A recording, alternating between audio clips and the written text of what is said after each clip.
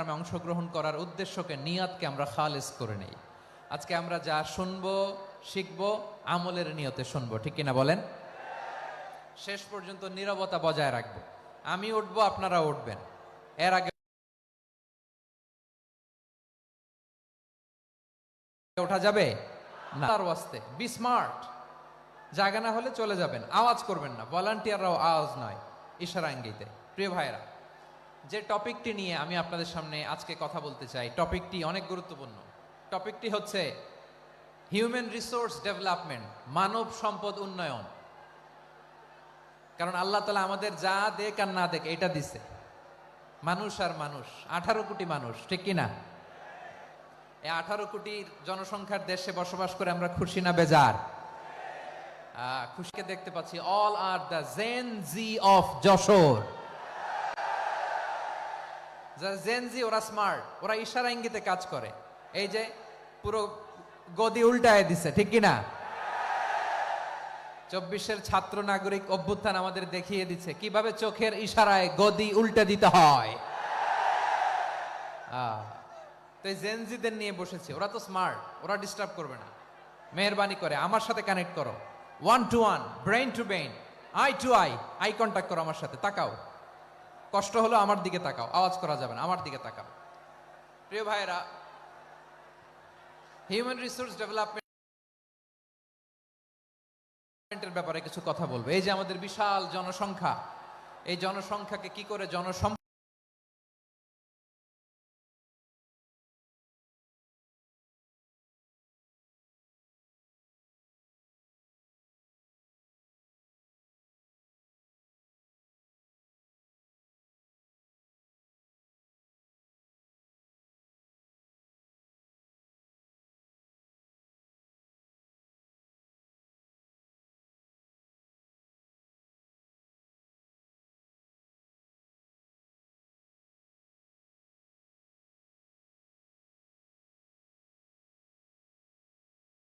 সম্পদে রূপান্তরিত করা যায় এ ব্যাপারে কথা বলি। সূরাতু বনী ইসরাইলের 70 নম্বর আয়াত তেলাওয়াত করেছি। এই আয়াতের আলোকে কিছু কথা আমি আপনাদের সামনে বলবো।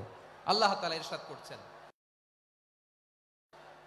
ওয়ালাকাদ কাররামনা বনী আদম ওয়া হামালনাহুম ফিল বাররি ওয়াল বাহরি ওয়া রাযাকনাহুম মিনাত তাইয়্যিবাত ওয়াফাদ্দাকাদ কাররামনা বনী আদম। আমি বনী আদমকে সম্মানিত করেছি, বনী আদমকে মর্যাদা দিয়েছি। ওয়া হামালনাহুম ফিল বাররি ওয়াল বাহর, বনী আদমকে জলে স্থলে স্থলে এবং সমুদ্রে চলাচলের বাহন দিয়েছি। ওয়া রাযাকনাহুম মিনাত তাইয়্যিবাত,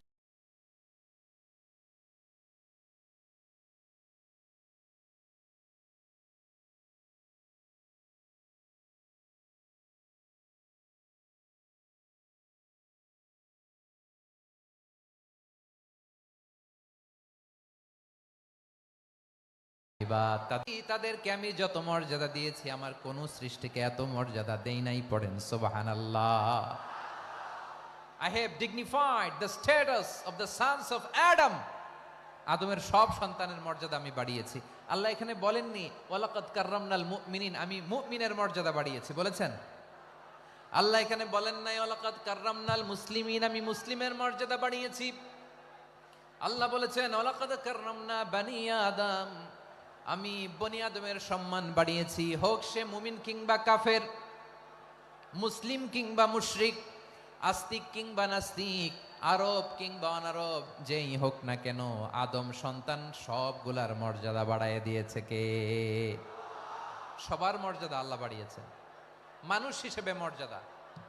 বিশ্বনবী সাল্লাল্লাহু আলাইহি ওয়াসাল্লাম ইহুদির লাশ দেখে দাঁড়িয়ে গেলেন। কার লাশ? আমার যশোরের ভাইয়েরা আওয়াজ করে বলুন, কার লাশ? ইহুদির লাশ দেখে দাঁড়ায় গেলেন। সাহাবারা বললেন, ইয়া রাসূলুল্লাহ, আপনি দাঁড়ালেন যে, এটা তো ইহুদির লাশ। বিশ্বনবী বললেন, আওয়ালাইসাত নাফসান, এটা কি মানুষ নয়? এটা হোক ইহুদি হোক খ্রিস্টান, এটা তো মানুষ। আমি মানুষ দেখে দাঁড়িয়েছি। আই স্যালিউট দ্য হিউম্যানিটি, আমি মানবতাকে সম্মান করেছি। পড়েন সুবহানাল্লাহ। তাহলে এই জমিনে মানুষের মর্যাদা বেশি, হোক আস্তিক হোক নাস্তিক, হোক মুমিন কিংবা কাফের। আদমের সন্তান হলে মানুষ হলেই তার মর্যাদা বাড়িয়েছে কে? আমার কলিজার টুকরা যশোরের ভাইয়েরা, মানুষের মর্যাদা আল্লাহ এত বাড়িয়েছেন, মানুষ জীবিত থাকলেও যেমনি মর্যাদাবান, মরে গেলেও মর্যাদাবান। সুবহানাল্লাহ পড়েন। মানুষ মরে গেলে এই ডেড বডিটা কি হয়? পচে যায়, গলে যায়, মাটির সাথে মিশে যায়। তাই বলে আপনি ডেড বডির সাথে যাচ্ছে তাই করতে পারবেন না। পারবেন? কেউ যদি অন্যায় করে তাকে যদি আপনি শাস্তির আওতায় আনেন, যা মনে চায় করতে পারবেন না। তারা আগুন দিয়ে পোড়াতে পারবেন না, নাক কাটতে পারবেন না, কান কাটতে পারবেন না, অঙ্গ বিকৃতি করতে পারবেন না। কারণ মানব জাতির মর্যাদা স্বয়ং দিয়েছে কে? ডেড বডি পচে যাবে, গলে যাবে। তারপরে ইসলাম বলে না, খবরদার, এই মরা লাশটারও একটা মর্যাদা আছে না নাই? ইসলাম বলে এই লাশটা গলে যাবে, পচে যাবে, কিন্তু এটার অমর্যাদা করো না। কর্পূর দিয়ে, খেজুর পাতা দিয়ে, এটাকে ওয়ার্ম ওয়াটার দিয়ে, গরম পানি দিয়ে ধৌত করো, সাদা শুভ্র ধবধবে কাপড় দিয়ে লাশটাকে তুমি কাভার করো। তারপরে খাটিয়ার মধ্যে লাশটাকে রেখে বিশাল একটা প্রোগ্রাম করো, একটা ফিউনারাল প্রোগ্রাম করো। ওই প্রোগ্রামের ডানে বায়ে পেছনে লাশটারে রাখলে হবে না, প্রোগ্রামের একেবারে সামনটাতে তুমি লাশটাকে রাখো। সুবহানাল্লাহ। একটা ফিউনারাল প্রোগ্রাম করতে হবে, তাকে শেষ বিদায় জানাতে হবে, যেটাকে আমরা জানাজা বলি। কি বলি? জানাজা মানে মাইয়েতের জন্য দোয়া, তার জন্য দোয়া করা হয়, তাকে একটা সিস্টেমেটিক অর্ডারে কবরে রাখা হয়, সুন্দরভাবে সেটাকে কবরস্থ করা হয়, মাটি দেয়া হয়, পানি দেয়া হয়। তার মানে মরে গেলেও মানুষের সম্মান বাড়ায় দিয়েছে কে? এজন্য আল্লাহ বললেন ওয়ালাকাদ কাররামনা বানি আদম, বনি আদমের সম্মান মর্যাদা আমি আল্লাহ বাড়িয়ে দিয়েছি। মানুষের সম্মানে তুমি কখনো আঘাত করো না, ঠিক কিনা?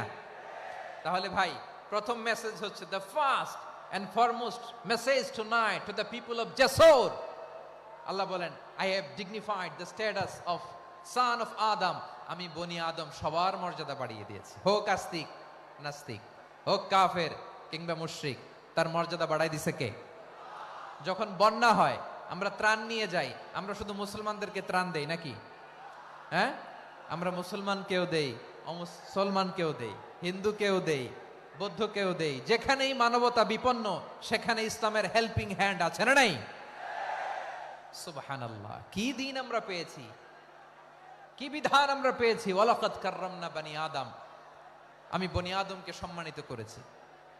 এরপর আল্লাহ বললেন ওয়া হামালনাহুম ফিল বাররি ওয়াল বাহর, মানুষকে স্থলে এবং সমুদ্রে চলাচলের বাহন আমি দিয়েছি।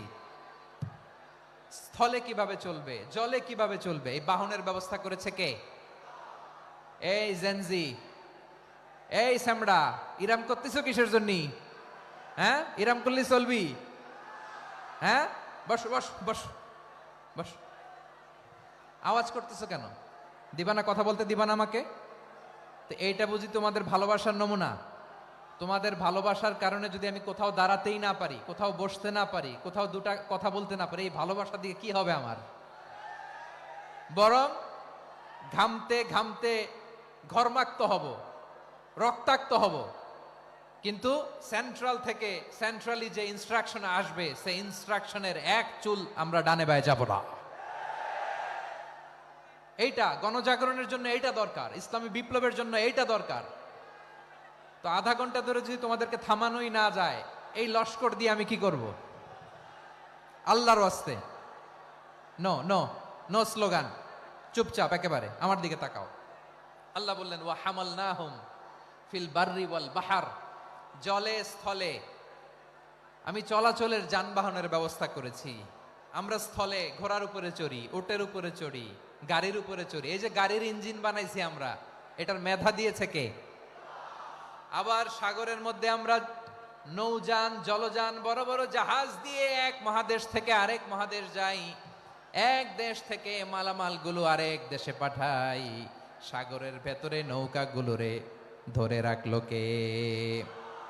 ওয়াল ফুলকিল্লাতি তাজরি ফিল বাহরি বিমা ইয়ানফাউন নাস। মানুষের উপকার আছে এরকম সরঞ্জামাদি নিয়ে সাগরের উপরে বিশাল বিশাল জলযানগুলো চলে, এগুলো ডুবে যায় না, কাত হয়ে যায় না, পড়ে যায় না। এগুলোকে স্থিতিস্থাপকতাকে ঠিক করে রাখলো কে? আপনারা জাহাজ দেখেছেন? জাহাজ, হ্যাঁ, বাড়ি চট্টগ্রাম হইলে দেখতে পারতেন। দেখছেন? বিশাল বিশাল জাহাজ, বিশাল জাহাজ মালামাল নিয়ে এক মহাদেশ থেকে আরেক মহাদেশে যায়। গত মাসে আমার জাপান সফর ছিল। এই যে বাংলাদেশে যে গাড়িগুলো চালান, বেশিরভাগ গাড়ি আসে কিন্তু জাপান থেকে। হাজার হাজার গাড়ি একটা জাহাজ বহন করতে পারে, হাজার হাজার গাড়ি। এটারে সাগরের মধ্যে ভাসাইলো কে? সবাই বলুন, ভাসালো কে? হাজার হাজার গাড়ি নিয়ে জাপানিজ গাড়িগুলো আমাদের চট্টগ্রামের এয়ারপোর্টের বন্দরে ভিড়ে। যুক্তরাষ্ট্রে আমি দেখেছি বিশাল বিশাল জাহাজ। আপনারা টাইটানিক জাহাজের নাম শুনেছেন? টাইটানিকেরও 8 গুণ 10 গুণ বড়। সুবহানাল্লাহ কইবেন না?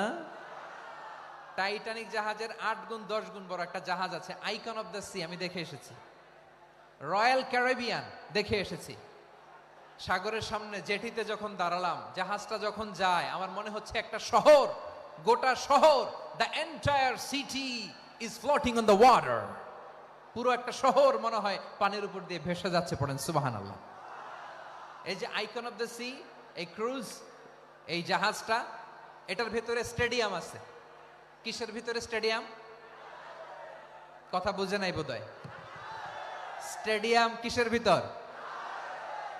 সুইমিং পুল আছে, শপিং মল আছে, রেস্টুরেন্ট আছে, ক্লাব আছে, 3000 4000 রুম বিশিষ্ট, কক্ষ বিশিষ্ট হোটেল আছে। এই সবগুলোর নিয়ে এগুলো চলে সাগরের এই দোলার মধ্যে, জলোচ্ছ্বাসের মধ্যে, এই সাগরের ভেতরে এই জাহাজগুলোর ভাষায় রাখছে কে? সূরাত আর-রহমানে আল্লাহ তাআলা বললেন, ওয়ালাহুল জাওয়ারিল মুনশাআতু ফিল বাহরি কাল আ'লাম ফাবিআইয়ি আলা, সবাই পড়েন, ফাবিআইয়ি আলাই রাব্বিকুমা তুকাযযিবান। পাহাড় সম বড় বড় জাহাজগুলো মাল বোঝাই করে সাগরের মধ্যে ভেসে বেড়ায়। এগুলো দিয়ে মালামাল বহন করা যায়, মানুষরা এক দেশ থেকে আরেক দেশে যায়। এই জাহাজগুলোরে সাগরের ভেতরে ভাসায় রাখলো কে? এই আয়াতের ভেতরে আল্লাহ তাআলা সূরাত বনী ইসরাঈলের এই চমৎকার আয়াতের ভেতরে আল্লাহ তাআলা বেসিক্যালি মানব জাতির প্রতি তার 4টি স্পেশাল অনুগ্রহের কথা বলেছেন। কয়টি? 2টা বলে ফেলছি। 1 নাম্বার, ওয়ালাকাদ কাররামনা বানি আদম, আমি বনি আদমের সম্মান বাড়াইছি। নাকি মুসলমানদের? নাকি মুসল্লিদের? কার সম্মান বাড়িয়েছি? বনি আদমের। তাহলে human dignity, the first part of the verse talks about the human dignity. 2 number অংশ আল্লাহ তাআলা বললেন, ওয়া হামালনাহুম ফিল বাররি ওয়াল বাহর, স্থলে এবং সমুদ্রে আমি তাদের জন্য চলাচলের বাহন দিয়েছি। সুবহানাল্লাহ। তার মানে smooth movement on land and sea, জলে এবং স্থলে যাতে আমরা স্মুথলি মুভ করতে পারি আল্লাহ তাআলা দিয়েছেন। 3 নাম্বার আল্লাহ তাআলা বললেন, ওয়া রাযাকনাহুম মিনাত তাইয়্যিবাত, মানুষের জন্য আমি পবিত্র রিজিকের ব্যবস্থা করেছি। জলে এবং স্থলে যত প্রাণী আছে সবগুলা প্রাণীকে রিজিক দেয় কে? আমাদেরকে রিজিক দেয় কে? সাগরের মাছগুলোকে, বড় বড় তিমি মাছগুলোরে রিজিক দেয় কে? বাতাসের মধ্যে ভেসে বেড়ানো বড় বড় পাখিগুলো, স্ক্যান্ডিনেভিয়ান কান্ট্রি থেকে লক্ষ লক্ষ কোটি কোটি পাখিগুলো যে এক দেশ থেকে আরেক দেশে ট্রান্সফার হয়, এগুলোর রিজিক দেয় কে? রব্বুল আলামিন বলেন, ওয়ামা মিন দাব্বাতিন ফিল আরদি ইল্লা আলাল্লাহি রিজকুহা ওয়া ইয়ালামু মুস্তাকাররাহা ওয়া মুস্তাওদাআহা কুল্লুম ফি কিতাবিম মুবিন। আল্লাহু আকবার। রব্বুল আলামিন বলেন, ভূপৃষ্ঠে বিচরণশীল যত প্রাণী আছে সব প্রাণীগুলোকে আমি আল্লাহ আমার নিজের কুদরতে রিজিকের বন্দোবস্ত করি। এই প্রাণীগুলো কোথায় থাকে, কোথায় যায়, সব জায়গায় আমি রিজিক পৌঁছে দেই। রিজিক কেউ দিতে পারে না, রিজিকের মালিক কে? রিজিকের মালিক তিনি আল্লাহ। এজন্য আল্লাহ তাআলা বললেন, ওয়া রাযাকনাহুম মিনাত তাইয়্যিবাত। এরপর আল্লাহ বললেন, ওয়া ফাদ্দালনাহুম আলা কাসীরিম মিম্মান খালাকনা তাফদীলা। আমি যত প্রাণী সৃষ্টি করেছি সকল প্রাণীর মধ্যে মানুষের মর্যাদা, শ্রেষ্ঠত্ব আমি দিয়েছি। সুবহানাল্লাহ পড়েন। তাহলে এক নম্বরে আল্লাহ বললেন আমি বনি আদমের মর্যাদা বাড়ালাম। এরপরে বললেন স্থলে এবং সমুদ্রে চলাচলের জন্য যানবাহন দিলাম। 3 নম্বরে আল্লাহ বললেন পবিত্র রিজিকের ব্যবস্থা করে দিলাম। এরপরে আল্লাহ বললেন যত প্রাণী আছে সৃষ্টি আছে সবগুলার উপরে আমি মানুষকে শ্রেষ্ঠত্ব দিলাম। সুবহানাল্লাহ। তাহলে সবচেয়ে বেশি শ্রেষ্ঠত্ব মানুষের। কার? মানুষের। শুধু তাই নয় প্রিয় ভাইরা, আকাশ এবং জমিনে যা কিছু আছে সবকিছু মানুষের জন্য, মানুষের কল্যাণে, মানুষের প্রয়োজনে, মানুষের বশীভূত করে সৃষ্টি করেছেন কে? রব্বুল আলামিন বলেন হুয়াল্লাযী খালাকা লাকুম মা ফিল আরদি জামিআ। এই জমিনের মধ্যে যা কিছু আমি আল্লাহ সৃষ্টি করেছি সব কিছু আমি মানুষের জন্য সৃষ্টি করেছি। পড়েন সুবহানাল্লাহ। হুয়াল্লাযী খালাকা লাকুম মা ফিল আরদি জামিআ। যা আছে সব আমাদের জন্য, সব আমাদেরকে সার্ভিস দেওয়ার জন্য, আমাদের উপকারের জন্য, আমাদের কল্যাণের জন্য। আওয়াজ করে সবাই পড়ুন আল্লাহু আকবার।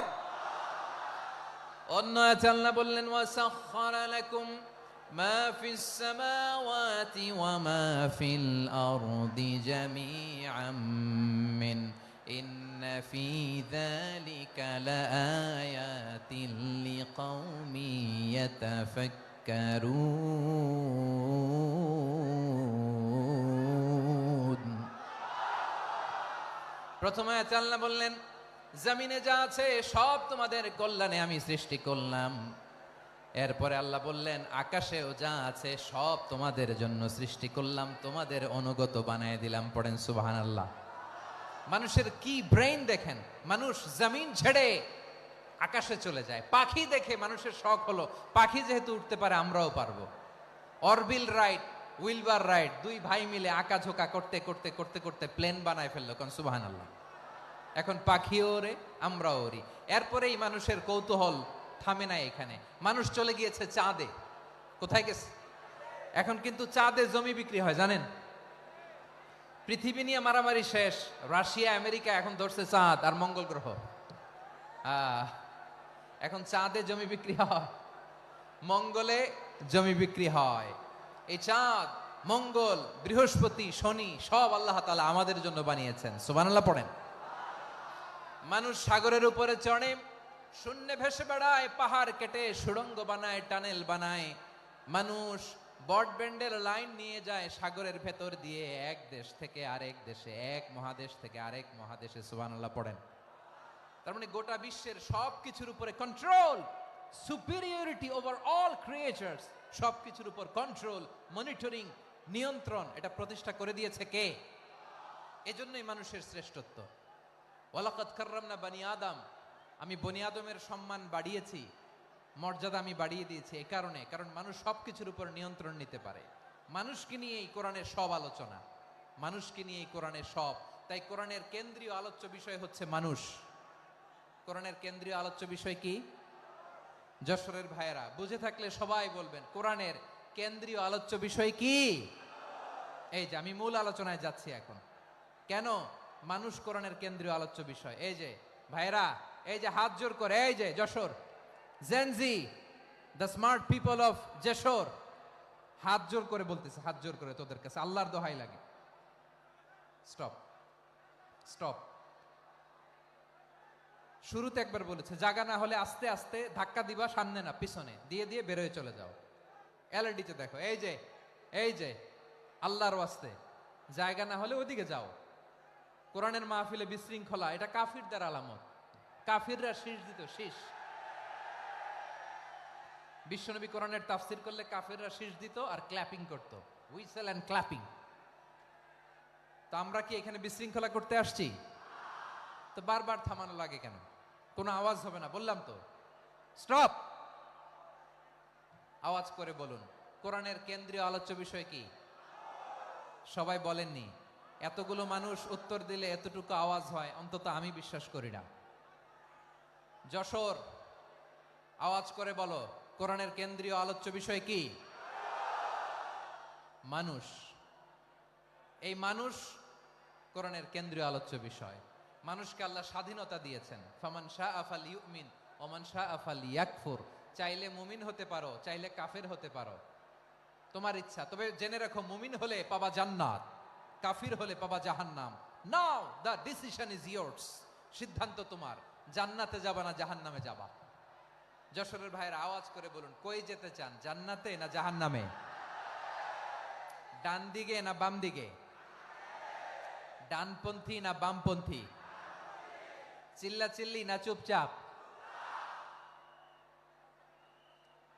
চুপচাপ কয়ে আবার চিল্লাচিল্লি শুরু করে দিচ্ছে। মাশাআল্লাহ। তাহলে কোরআনের কেন্দ্রীয় আলোচ্য বিষয় মানুষ। আমার সাথে থাকতে হবে, তোমাদেরকে নিয়ে আমি আলোচনা শেষ পর্যন্ত যাব। অনেক গুরুত্বপূর্ণ কথা বাকি আছে, আমাকে সহযোগিতা করতে হবে। মাশাআল্লাহ, এই তো ঠান্ডা হয়েছে। হ্যাঁ, ঠিক আছে, ঠিক আছে, ঠিক আছে। মানুষকে আল্লাহ এত স্বাধীনতা দিয়েছেন, মানুষ চাইলে অনেক ভালো হইতে পারে। ভালোর রাস্তাও খোলা, খারাপ হওয়ার রাস্তাও খোলা। ভালো হইলে মানুষ অনেক ভালো, খারাপ হইলে অনেক খারাপ। ভালো হইলে সবচেয়ে ভালো, খারাপ হইলে সবচেয়ে খারাপ। এজন্য সিদ্ধান্ত আপনাকে নিতে হবে। আল্লাহ তাআলা বলছেন, লাকাদ খালাকনাল ইনসানা ফি আহসানি তাকওয়িম সুম্মা রাদাদনাহু আসফালা সাফিলিন। আমি মানুষকে অনেক সুন্দর অবয়বে, সুন্দর আকৃতিতে সৃষ্টি করেছি। তার শুধু চেহারার ডিজাইনটাই সুন্দর নয়, তার ব্রেনটা বড্ড সুন্দর, তার মানসিকতা বড্ড সুন্দর, তার সৃজনশীলতা বড্ড সুন্দর। পড়েন সুবহানাল্লাহ। আমাদের চেহারা, অবয়ব, ডিজাইন যে সুন্দর তা না, আমাদের ব্রেনটা অনেক সফিস্টিকেটেড ব্রেন, অনেক সফিস্টিকেটেড। এই 1.5 কেজি ব্রেন ইউজ করে মানুষ গোটা বিশ্ব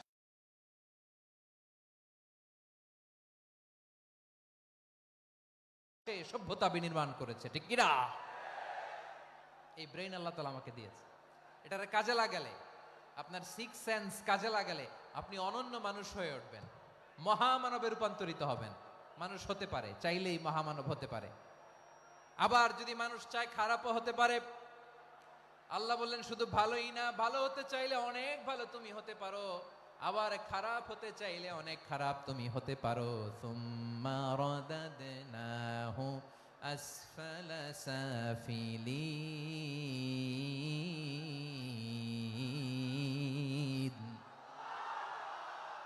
খারাপ হলে একেবারে খারাপ হতে পারো, নিকৃষ্ট হলে একেবারে নিকৃষ্ট হতে পারো, ভালো হলেও ভালো হতে পারো। কোন সুবহানাল্লাহ। এবার আওয়াজ করে বলুন, ভালো হতে চাই না খারাপ, শ্রেষ্ঠ না নিকৃষ্ট? মানুষ ভালো হলে মানুষ ফেরেশতার চেয়েও ভালো, মানুষ খারাপ হলে সে পশুর চেয়েও খারাপ। কথা ঠিক কিনা বলেন? ভালো হলে ফেরেশতার চেয়েও ভালো, খারাপ হলে পশুর চেয়েও নিকৃষ্ট। তার মানে শ্রেষ্ঠত্বে মানুষ, শ্রেষ্ঠত্বে ফেরেশতাকে হার মানায়, আর অধপতনে শ্রেষ্ঠত্বে ফেরেশতাকে ছাড়িয়ে যায়, আর অধপতনে পশুকেও হার মানায়। আই রিপিট, আমি আবারও বলছি, মানুষ শ্রেষ্ঠত্বে ফেরেশতাকে ছাড়িয়ে যায়, আর অধপতনে সে পশুকেও হার মানায়। আওয়াজ করে বলতে হবে, ঠিক কিনা? এটার প্রমাণ কি? মানুষ শ্রেষ্ঠ হইলে যে ফেরেশতার চেয়েও সেরা, তার প্রমাণ কি? আল্লাহ তাআলা বলছেন, ওয়া ইয কুলনা লিল মালাইকাতি ইসজুদু লি আদম ফাসাজাদু ইল্লা ইবলিস আবা ওয়াস্তাকবারা ওয়া কানা মিনাল কাফিরিন। আল্লাহ বলেন, স্মরণ করো সে সময়ের কথা যখন আমি ফেরেশতাদেরকে বললাম, ও ফেরেশতারা আদমকে সেজদা দাও। সব ফেরেশতারা সম্মান সূচক সেজদা আদমকে দিল, তারা আদমের জন্য সেজদায় লুটিয়ে পড়লো, একজন ছাড়া, তার নাম ইবলিস। আওয়াজ করে বলেন, তার নাম কি? সে অহংকার প্রদর্শন করলো, সে কাফের হয়ে গেল, বাকি সব ফেরেশতারা সেজদা দিল। সুবহানাল্লাহ। আবার আদম আলাইহিস সালামকে আল্লাহ জিজ্ঞেস করলেন, সব বলে দিল উত্তর, কিন্তু ফেরেশতাদেরকে একই প্রশ্ন জিজ্ঞেস করলেন, তারা উত্তর করতে পারে নাই। তার মানে এর মধ্য দিয়ে প্রমাণিত হয়, মানুষ ভালো হলে ফেরেশতার চেয়েও ভালো, ফেরেশতার চেয়েও মানুষের মর্যাদা বাড়িয়ে দিয়েছে কে? সব নূরের ফেরেশতা যখন মাটির আদমকে সেজদা দেয়, এটা প্রমাণ করে ফেরেশতার চেয়েও মানুষের মর্যাদা বাড়িয়ে দিয়েছে কে? তুমি মাটির আদমকে প্রথম সৃষ্টি করিয়া ঘোষণা করিয়া দিলে শ্রেষ্ঠ বলিয়া, তাই তো নূরের ফেরেশতা করে আদমকে সেজদা, ঠিক কিনা বলেন? তাই তো নূরের ফেরেশতা করে আদমকে সেজদা, সবার চেয়ে সম্মান দিলে মাটির আদমকে। আল্লাহু আল্লাহু তুমি জাল্লে জালালুহু, শেষ করা তো যায় না গে তোমার গুণগান। পড়েন না, পড়েন। আল্লাহু আল্লাহু তুমি জাল্লে জালালুহু, শেষ করা তো যায় না গে তোমার গুণগান। আল্লাহু আল্লাহু আল্লাহু আকবার। আদমের মর্যাদা বেশি, মানুষের মর্যাদা বেশি, মানুষ শ্রেষ্ঠ তার প্রমাণ নূরের ফেরেশতা মাটির আদমকে সেজদা করে আওয়াজ করে বলেন ঠিক কিনা? তাহলে মানুষ ভালো হলে ফেরেশতার চেয়ে ভালো, আবার মানুষ যদি খারাপ হয় সে পশুর চেয়েও খারাপ। অধপতনে পশুত্বকে হার মানায়। তার প্রমাণ, তার প্রমাণ কি? তার প্রমাণ হচ্ছে যশোরের ভাইরা দেখবেন পত্রিকায় নিউজ পেপারে মাঝে মাঝে এরকম দেখা যায়, এক মানুষ আরেক মানুষকে হত্যা করে 20 টুকরা করে বস্তার ভিতরে ভরেছে। আপনারা এই নিউজ পড়েন নাই না? দেখেন নাই? দেখছেন? মানুষ মানুষকে হত্যা করে কয় টুকরা? জোরে বলেন। এখানেই ক্ষান্ত হয় না, আবার কোথায় ভরছে? বস্তার ভেতরে। আচ্ছা, বুঝে থাকলে আওয়াজ করে বলেন, কোনদিন শুনছেন একটা হাতি আর একটা হাতিকে হত্যা করে 20 টুকরা করছে, এরপরে বস্তার ভিতরে ভরছে? হইছে? তাহলে দেখেন, মানুষ যদি খারাপ হয় সে পশুকেও হার মানায়। চিল্লায় বলো ঠিক কিনা? এমনও দুশ্চরিত্র মানুষ আছে যার যার নজর থেকে 6 মাসের ছোট্ট মেয়ে থেকে শুরু করে 80 বছরের বৃদ্ধারাও নিরাপদ নয়। পশুকেও হার মানে। মানুষ মানুষের ঘর জ্বালিয়ে পুড়ে মেসাকার করে দেয়, জনপদের পর জনপদ জ্বালায় দেয়, এরকম আছে না নাই? বোমা মেরে শহরগুলো উড়িয়ে দেয়। এই যে ইসরায়েল গাজার মধ্যে যে অ্যাটাক করেছে, এরা মসজিদ মানে নাই, মসজিদে বম ফেলেছে। এরা খ্রিস্টানদের চার্চ গির্জা মানে নাই, গির্জায় বম ফেলেছে। পৃথিবীর ইতিহাসে never happened in the history of the world that someone bombed on a hospital, on a ICU center. এমন হাসপাতাল যেখানে আইসিইউর রোগীরা আছে, ওই হাসপাতালের উপরও ইসরায়েলি সৈনিকেরা বোমা মেরেছে। জোরে বলেন ঠিক কিনা? এরা মানুষ? আওয়াজ করে বলেন, এরা মানুষ না। প্রিয় ভাইয়েরা, চোখ কান নাক মুখ থাকলেই মানুষ না। যা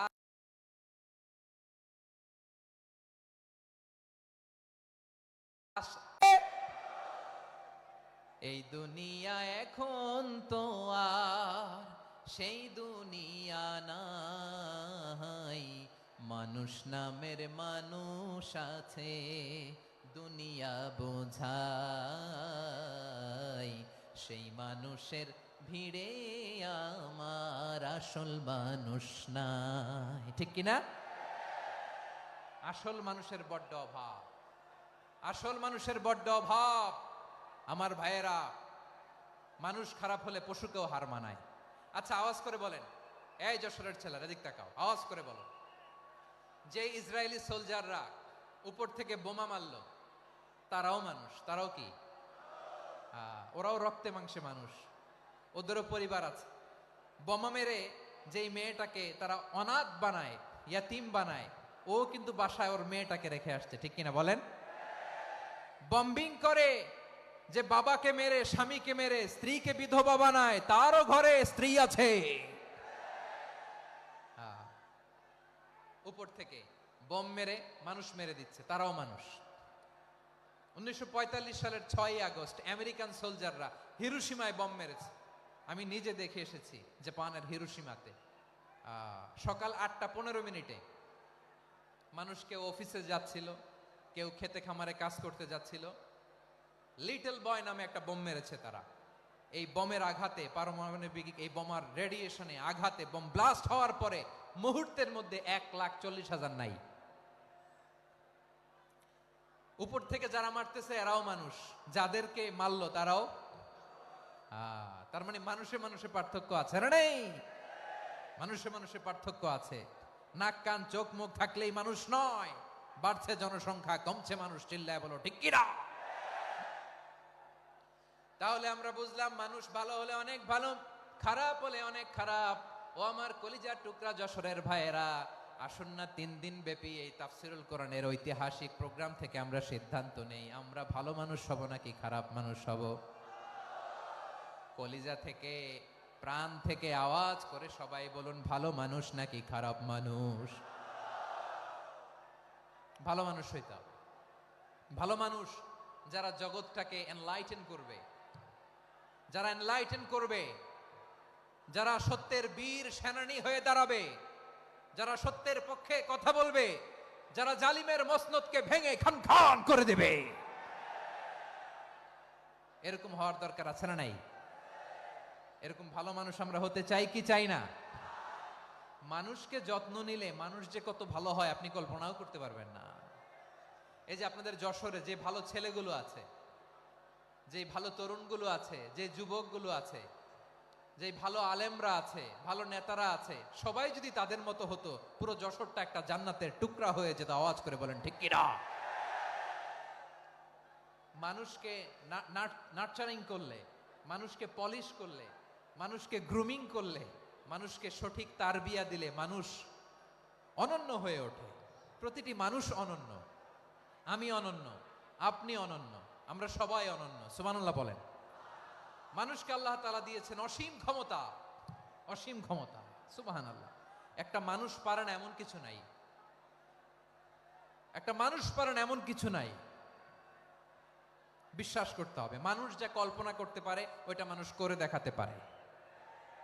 যশোরের ভাইয়ের, আই রিপিট, আমি আবারও বলছি, এই চিল্লাচিল্লি করলে আমার এই গুরুত্বপূর্ণ কথা তোমরা মিস করবা, মিস করবা। কপাল পড়া হয়েও না, আওয়াজ করে কপাল পড়া হবে না। আমার দিকে তাকাও। মানুষ, মানুষ যা কল্পনা করতে পারে সেটা মানুষ করে দেখাতে পারে। তুমি তোমার কল্পনার রাজ্যকে সাজাও, তোমাকে হারাতে পারে এমন কোন শক্তি আল্লাহর জমিনে নাই। তোমার কি শক্তি, কি সম্ভাবনা তুমি জানোই না মিয়া। তুমি এদিকে তাকাও কেন? তোমার রাস্তা তো ওই দূরে। তুমি কোথায় যাবে, আল্লাহ তোমার টেনে কোথায় নিয়ে যাবে তুমি কিছুই জানো না। প্ল্যান বিগ, ড্রিম বিগ, কল্পনার শক্তিকে বড় করো। মানুষ যা কল্পনা করতে পারে মানুষ তা করে দেখাতে পারে। মানুষের কাছে অসাধ্য কিছু নাই, মৃত্যু ছাড়া, এক্সেপ্ট ডেথ। মৃত্যু ছাড়া মানুষ সবকিছুকে জয় করতে পারে। মৃত্যু ছাড়া যে কোনো অসাধ্যকে সাধন করার ক্ষমতা মানুষকে দিয়ে দিয়েছে কে? হারার জন্য তোমার জন্মই হয় নাই, তোমার জন্ম হয়েছে জিতার জন্য, বিজয়ের জন্য তোমার জন্ম। মানুষের শুরুটাই হয় বিজয় দিয়ে। যশোর, আওয়াজ করে বলো, মানুষের শুরু হয় কি দিয়ে? আমরা যখন আমার পিতার পৃষ্ঠদেশে ছিলাম, পিতার পৃষ্ঠদেশ থেকে শুক্রাণু যখন মায়ের গর্ভদেশে যেয়ে পড়ে, কতটা শুক্রাণু ভ্রমণ শুরু করে জানো? 20 কোটি শুক্রাণু। একবার সিমেন আউট হলে সেখানে 20 কোটি শুক্রাণু থাকে, ভ্রমণ শুরু করে। ওই 20 কোটি শুক্রাণুর মধ্য থেকে তুমি আমি আজকে এক বিকশিত শুক্রাণু মানব রূপে পৃথিবীতে এসেছি। সুবহানাল্লাহ। ওই 20 কোটি শুক্রাণুর প্রতিযোগিতায় সবাইরে পেছনে ফেলে সেদিন আমি সফল হয়েছিলাম, সেদিন আমি বিজয়ী হয়েছিলাম। সেদিন আমি এত ছোট ছিলাম, মাইক্রোস্কোপ দিয়েও আমার অস্তিত্ব পাওয়া যায় না। আমি এত তুচ্ছ ছিলাম, নগণ্য ছিলাম, আমার কান ছিল না, আমার চোখ ছিল না, আমার হাত ছিল না, আমার জন্য রিকমেন্ডেশন করার মতো মামু ছিল না, খালা ছিল না, কেউ ছিল না। তারপরেও ওই প্রতিযোগিতায়, ওই কম্পিটিশনে যখন আমারে কেউ হারাতে পারে নাই, আল্লাহর জমিনেও আমারে কেউ হারাতে পারে না। হারার জন্য তোমার জন্মই হয় নাই, তুমি আসছোই জিতার জন্য। সুবহানাল্লাহ। বিশ্বনবী বলেন, আন্নাসু মাআদিন কামাআদিনি যাহাবি ওয়াল ফিদ্দা খিয়ারুহুম ফিল জাহিলিয়াতি খিয়ারুহুম ফিল ইসলাম। Peoples are like mines of gold and silver. সোনার খনি, রূপার খনি, এর চেয়েও বড় খনি হচ্ছে এই মানব সম্পদের খনি। আওয়াজ করে বলেন আল্লাহু আকবার। আল্লাহ তাআলা এই সম্পদ আমাদেরকে দিয়েছে।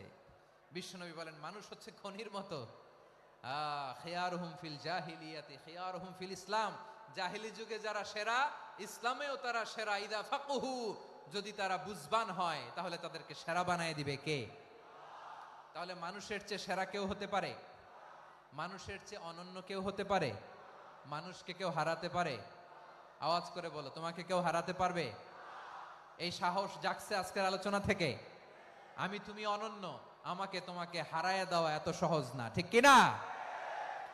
একটা কথা জীবনের সাথে সেট করে নিতে হবে, আমি জিতি নয় শিখি, আমি কখনো হারি না। জীবনের সাথে সেট করে নাও, জেনজি অফ জেসর, আমি কখনো হারি না, আমি হয় জিতি নয় শিখি। চিল্লায় বলো ঠিক কিনা? আমি কখনো হারি না, আমার হারানো এত সোজা না। কি সাহস জাগছে? বুকে সাহস জাগছে? তাকবীর পড়ো, লিল্লাহে তাকবীর। তাহলে বিশ্বনবী বললেন নাসু মাআদিন, মানুষ হচ্ছে খনি।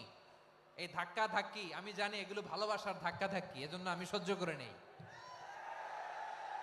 এগুলো যে ভালোবাসার ধাক্কা ধাক্কি এটা আমরা বুঝি।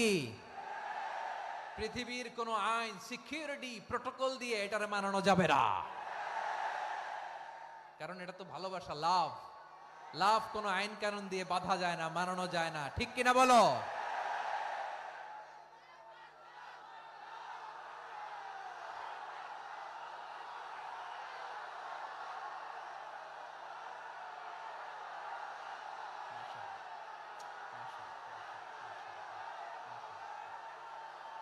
ঠিক আছে, বসুন বসুন বসুন।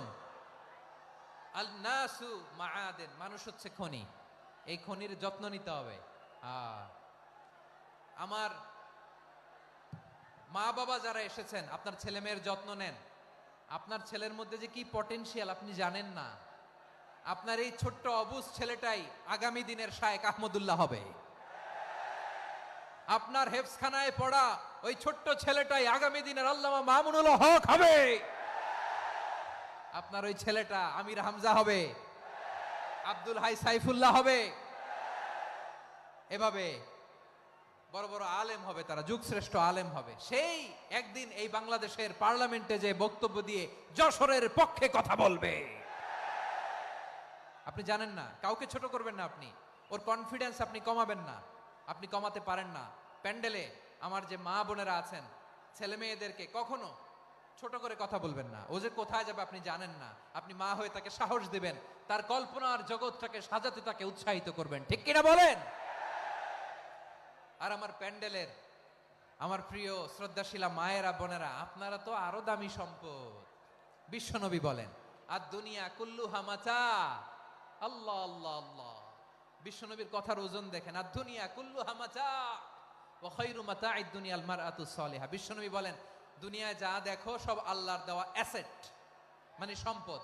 আর এত অ্যাসেটের ভিড়ে সবচাইতে শ্রেষ্ঠ সম্পদ হচ্ছে নেককার নারী। সুবহানাল্লাহ। ভাইয়েরা বোনের সাথে খারাপ আচরণ করো না, সন্তান মায়ের সাথে খারাপ আচরণ করো না। আমাদের মায়েরা আমাদের asset, they are our priceless asset. কারণ এই মায়েদের পেটে এসেছে আল্লাহর ওলিরা, এই মায়েদের পেটে এসেছে খান জাহান আলী, এই মায়ের পেটে এসেছে শাহজালাল ইয়ামানি, এই মায়ের পেটে এসেছে আল্লাহর সব নবীরা। নাকি নবীরা আকাশ থেকে ধপ করে জমিনে নেমে আসছে? মায়ের পেটে আসছে। এই মায়ের পেটগুলো খনি। আমার সম্মানিতা মায়েরা বোনেরা, নিজেকে ইসলাম দিয়ে সাজান, নিজেকে ইসলাম দিয়ে সাজান, নিজেকে পবিত্র রাখুন, নিজের আব্রু ইমান ইজ্জতের হেফাজত করুন, কোরআন পড়ুন, সুন্নাহ পড়ুন। আপনি জানেন না আপনার গর্ভে কে আসছে, কোন ক্ষণজন্মা পুরুষকে আল্লাহ তাআলা আপনার গর্ভে পাঠাবে আপনি জানেন না। মায়েরা নিজেদেরকে পবিত্র রাখুন, ইসলাম চর্চা করুন, কোরআন চর্চা করুন, নৈতিকতা দিয়ে নিজেকে সাজান। যশোরের জেনজি, নিজেদেরকে প্রস্তুত রাখো আগামীর বাংলাদেশের জন্য। নৈতিকতা, মোরালিটি, ভ্যালিউজ দিয়ে নিজেকে সাজাও, ইসলাম দিয়ে নিজেকে সাজাও। কারণ আগামীর বাংলাদেশ ইসলামের বাংলাদেশ। বাংলাদেশের আসল পরিচয় ইসলাম। বাংলাদেশের আসল পরিচয় কি? সবাই বলে না। বাংলাদেশের আসল পরিচয় কি? এই ইসলাম নিয়ে আমরা সংসদ ভবন সাজাবো, রাজি আছি না নাই? শেকড় ভুলে যাওয়া যাবে না। আমরা ধাপে ধাপে শারিয়া আইনের দিকে যাব ইনশাআল্লাহ, কিন্তু জঙ্গিবাদ দিয়ে নয়, কট্টরপন্থা দিয়ে নয়। আমরা ইন্টেলেকচুয়ালি গ্রাজুয়ালি ধাপে ধাপে শারিয়া আইনের দিকে মুভ করব ইনশাআল্লাহ। বলো লিল্লাহি তাকবীর। এদেশের আসল পরিচয় সবাই বলে না, আওয়াজ করে, এদেশের আসল পরিচয়। এদেশে আজান শুনে সূর্য ওঠে শহর গ্রামে, এদেশে আজান শুনে সূর্য ডোবে সন্ধ্যা নামে, এদেশে সকল কাজে সবাই বলে বিসমিল্লাহ, এদেশে ভালো কিছু দেখে শুনে হাসি মুখে সবাই বলে মাশা আল্লাহ। সুবহানাল্লাহ সুবহানাল্লাহ সুবহানাল্লাহ সুবহানাল্লাহ সুবহানাল্লাহ সুবহানাল্লাহ সুবহানাল্লাহ সুবহানাল্লাহ। ও নবীন তরুণ তোমার কিসের এত ভয়, জেনে রেখো বাংলাদেশের আসল পরিচয়। বাংলাদেশের আসল পরিচয় ইসলাম। আওয়াজ তুলে বলো, আসল পরিচয় কি? এদেশে পরস্পরে দেখা হলে দেয় সালাম, এদেশে আমজনতার হৃদয় জুড়ে পাক্কালাম, ঠিক কি না? এদেশে বিপদ এলে সর্বজনে সর্বক্ষণে দোয়া পড়ে ইন্না লিল্লাহ সুবহানাল্লাহ সুবহানাল্লাহ সুবহানাল্লাহ সুবহানাল্লাহ। এদেশে আজান শুনে সূর্য ওঠে শহর গ্রামে, এদেশে আজান শুনে সূর্য ডোবে সন্ধ্যা নামে, এদেশে সকল কাজে সবাই বলে বিসমিল্লাহ, এদেশে ভালো কিছু দেখে শুনে হাসি মুখে সবাই বলে মাশা আল্লাহ। সুবহানাল্লাহ, আওয়াজ করে সুবহানাল্লাহ সুবহানাল্লাহ সুবহানাল্লাহ সুবহানাল্লাহ। সবাই একসাথে সুবহানাল্লাহ সুবহানাল্লাহ সুবহানাল্লাহ সুবহানাল্লাহ। এদেশের আসল পরিচয় কি? আওয়াজ করে বলতে ভয় লাগে। এদেশের আসল পরিচয় কি? ইসলাম দিয়ে আমাদের সংসদ ভবন চলুক, আমরা চাই কি চাই না? বঙ্গভবনে লা ইলাহা ইল্লাল্লাহর পতাকা উড়ুক, আমরা চাই কি চাই না? প্রতিটি জেলা অফিসে, ডিসি অফিসে লা ইলাহার পতাকা ঝুলুক, আমরা চাই কি চাই না? কারা কারা চাই হাত তুলে আল্লাহরে দেখায়।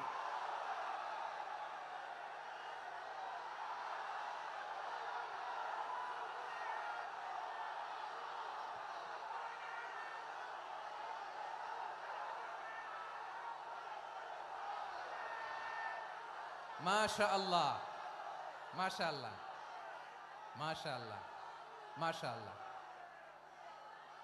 যশোর, আওয়াজ করে বলো, ভালো মানুষ না খারাপ মানুষ?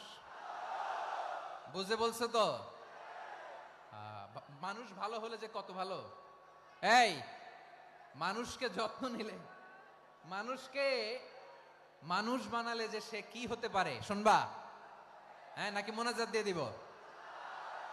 শুনবা? তাহলে থামতে হবে। থামো, আমি যখন বলবো থামো থামো, তাকবীরের সময় দিলে তাকবীর, থামো থামো। মানুষকে যত্ন নিলে, এই এদিকে এদিকে, ড্রোন নামায় ফেল, হয়েছে, ড্রোনের ফুটেজ হয়ে গেছে, এবার ড্রোন নামায় ফেল, আমার দিকে তাকাও। মানুষকে, তোমরা এদিক সেদিক তাকালে তো গুরুত্বপূর্ণ পয়েন্ট মিস হয়ে যাবে। এদিকে এদিকে, হ্যাঁ মাসা, ঠিক আছে, এদিকে।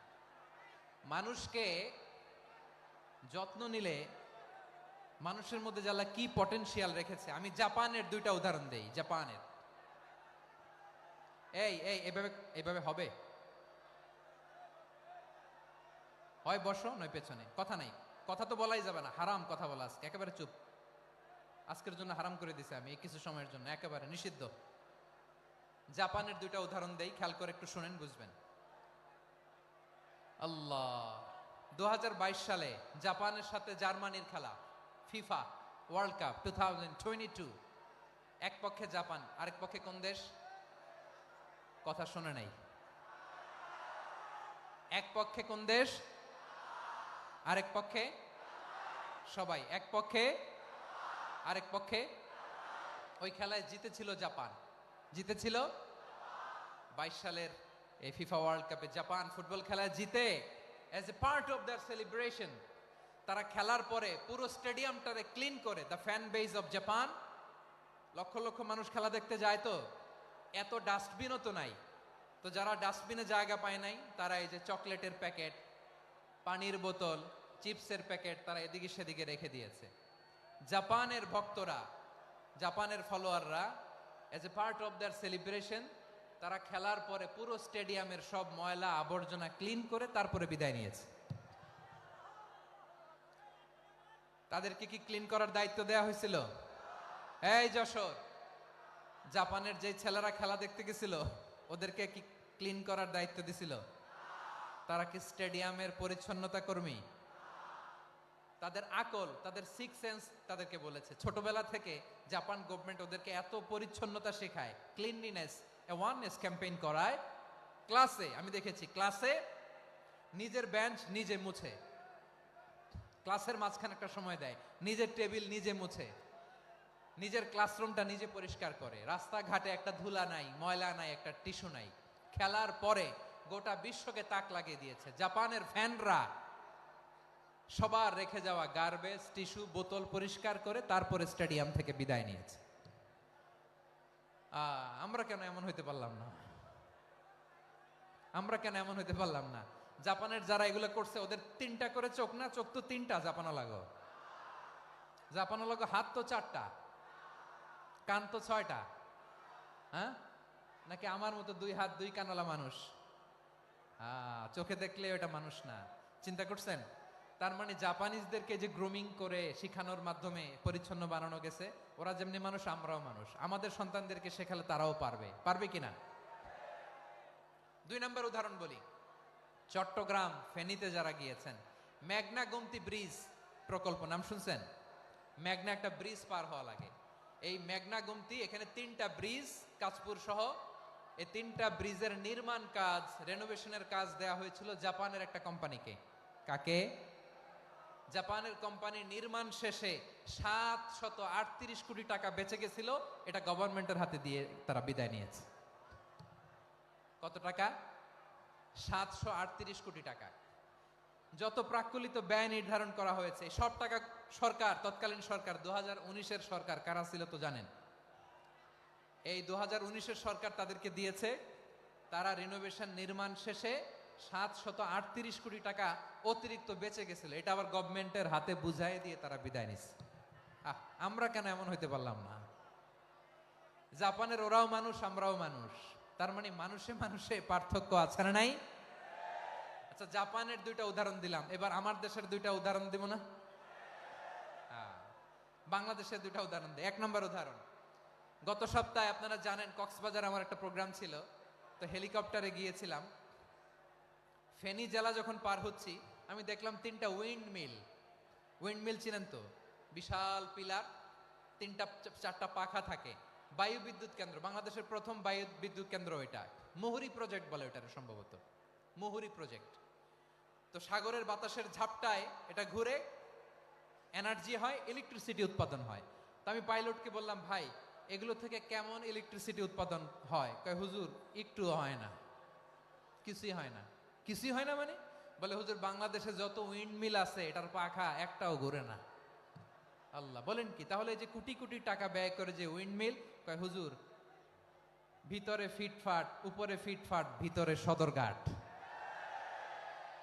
তার মানে কোটি কোটি টাকা দিয়ে এই উইন্ডমিল বানায়, এখানে কিছু নাই।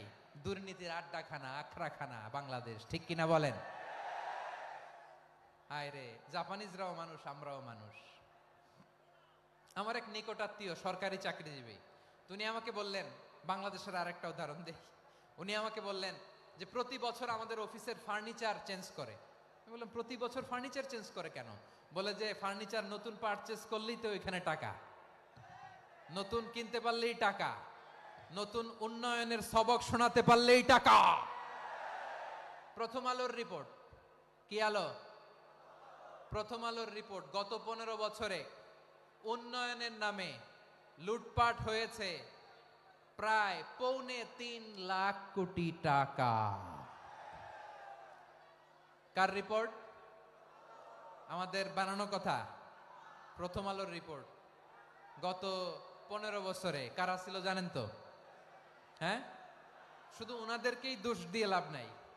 স্বাধীনতার পর থেকে শুধু শাসকের হাত বদল হয়েছে, আমরা কিছু পাই নাই, ঠিক কিনা বলেন? শুধু ওনাদের দোষ দিয়ে কি লাভ? একদল খাইছে, আরেক দল খাওয়ার জন্য রেডি হয়ে আছে। আমরা এরকম চাই না। আমরা চাই স্বাধীন সার্বভৌম বাংলাদেশ। আমরা চাই দুর্নীতিমুক্ত বাংলাদেশ। আমি নিউজটা যে কতবার বললাম, এটা কি সম্ভব? 3.25 কোটি টাকা লুটপাট, মানে লুটপাট করতে করতে এদেশের জনগণকে ফুটপাতে বসায় দিচ্ছে। প্রিয় ভাইয়েরা, তাহলে জাপানের মানুষও মানুষ, আমরাও মানুষ। সিদ্ধান্ত আপনার, কোন মানুষ হবেন, ভালো মানুষ না খারাপ মানুষ? আজকের আলোচনার বিষয় হচ্ছে মানব সম্পদের উন্নয়ন, human resource development. It's a process to increase the capacity of knowledge, skill, capacity of the people of a country. একটা দেশের মানুষের জ্ঞান, তাদের দক্ষতা কি করে বাড়ানো যায়, বাড়িয়ে দেশের উন্নয়ন করানো যায়, এটাই হচ্ছে মানব সম্পদ উন্নয়নের মূল কথা। তাহলে মানব সম্পদ হচ্ছে একটা দেশের সবচাইতে শক্তিশালী পুঁজি। প্রাকৃতিক সম্পদ, খনিজ সম্পদের চেয়েও দামি হচ্ছে মানব সম্পদ। আমার প্রিয় যশোর, প্রাকৃতিক সম্পদ, খনিজ সম্পদের চেয়ে দামি সম্পদ কি সম্পদ? আল্লাহ তাআলা দয়া করে আমাদেরকে এই মানব সম্পদ দিয়েছেন। আসুন আমাদের এই মানুষগুলোকে আমরা সোনার মানুষ বানাই। রাজি আছেন তো সবাই? রাজি আছেন? মানুষ পারে না এমন কোনো কিছু নাই, চাইলে সব পারে। এজন্য মানুষকে তারবিয়া দিতে হবে, যথাযথভাবে তাদেরকে গড়তে হবে। আসুন আমরা সিরাতের আয়নায় বিশ্বনবীর জীবনী থেকে দেখি তিনি কিভাবে হিউম্যান রিসোর্সকে ম্যানেজ করতেন। যদি আপনাদের সময় হয়, দু একটা উদাহরণ দিয়ে আজকে আমি আমার আলোচনার বিদায় নিব। হবে সময় হবে কয়েক মিনিট? হ্যাঁ, শান্ত থাকবেন তো? শান্ত থাকবা? হ্যাঁ, ঠিক আছে। এই ধাক্কার মধ্যে ঢুকছে, এবার মজা বুঝতেছো তো? হ্যাঁ, মানা করছিলাম না? ঠিক আছে, টের পাও। হ্যাঁ, ঠিক আছে। যে আওয়াজ করবে আমি ওকে দেখতেছি, কে কে আওয়াজ করে দেখতেছি। শেষ কথা, শেষের দিকে চলে আসছি। বিষ্ণু ইসা ইসলাম কিভাবে হিউম্যান রিসোর্সকে ম্যানেজ করতেন, মজার কথা আছে কয়েকটা, বলে বিদায় নিব। বিশ্বনবী কিভাবে এই মানব সম্পদকে ম্যানেজ করতেন? বিশ্বনবী, he was a very good talent hunter, চৌকস ট্যালেন্ট হান্টার ছিল। কার মধ্যে কি ট্যালেন্ট আছে দেখলেই বুঝে ফেলতেন। সুবহানাল্লাহ পড়বেন না? কি নবী আমরা পেয়েছি! He was a very good talent hunter. আমার নবী, তিনি চৌকস ট্যালেন্ট হান্টার ছিলেন। কার মধ্যে কি প্রতিভা বের করতেন, ওই প্রতিভাকে ইসলামের কল্যাণে কাজে লাগাতেন। সুবহানাল্লাহ বলেন। যাকে যেই জায়গায় সেট করলে ভালো হবে তাকে ওই জায়গায় সেট করতেন। কয়েকজন সাহাবীর জীবনী শোনাই। আবু মাহজুরা রাদিয়াল্লাহু তাআলা আনহু, মক্কার মুয়াজ্জিন, আগে ছিল মুশরিক, পরে হইছে মুমিন। উনি কিভাবে মুমিন হইলেন এই ঘটনাটা একটু আপনাদের শোনাতে চাই। তা আপনাদের তো সময় নাই হাতে।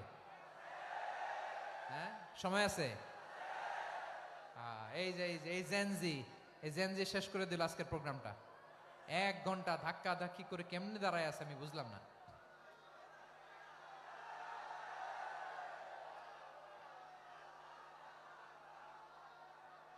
না না, তাকবির না, তাকবির না, চুপ করতে হবে। What I need, you stop, just shut up, চুপ। হ্যাঁ, ঠিক আছে, এভাবে। আবু মাহজুরা রাদিয়াল্লাহু তাআলা আনহু কিভাবে মুসলিম হলেন, আওয়াজ করে শুনেন। হুনাইনের যুদ্ধ, 8ম হিজরি। বিষ্ণু ইসা ইসলাম হুনাইনের যুদ্ধ শেষে ফিরতেছেন। পথিমধ্যে বেলাল রাদিয়াল্লাহু তাআলা আনহু, এই যে আবার কথা, আই রে আল্লাহ রে, এখানে ধাক্কা ধাক্কি কেন? চলে যাও, পেছনে যাও, যাও পেছনে যাও। কি আজীব তামাশা! যেখানে যায় এখানে ধাক্কা ধাক্কি, মারামারি, গায়ের উপরে, কাঁধের উপরে, শাউটিং। অনেক গুরুত্বপূর্ণ কথা পয়েন্ট করে নিয়ে আসে যে বলবো, এই শাউট করার কারণে প্রোগ্রামটাই নষ্ট করে দেয়। আসছে আমার ভালোবাসা দেখাইতে, প্রোগ্রামটাই শেষ করে দিয়ে চলে যায়। স্টপ, আবার কথা বল, স্টপ। হুনাইনের যুদ্ধে 8ম হিজরি। কত হিজরি? সবাই বলেন না একটু, কত হিজরি? অষ্টম হিজরিতে হুনাইনের যুদ্ধে রাসূল সাল্লাল্লাহু আলাইহি ইসলাম ফিরে আসতেছেন মদিনায়। পথিমধ্যে বেলাল রাদিয়াল্লাহু তাআলা আনহু আজান দিচ্ছেন। কি দিচ্ছেন?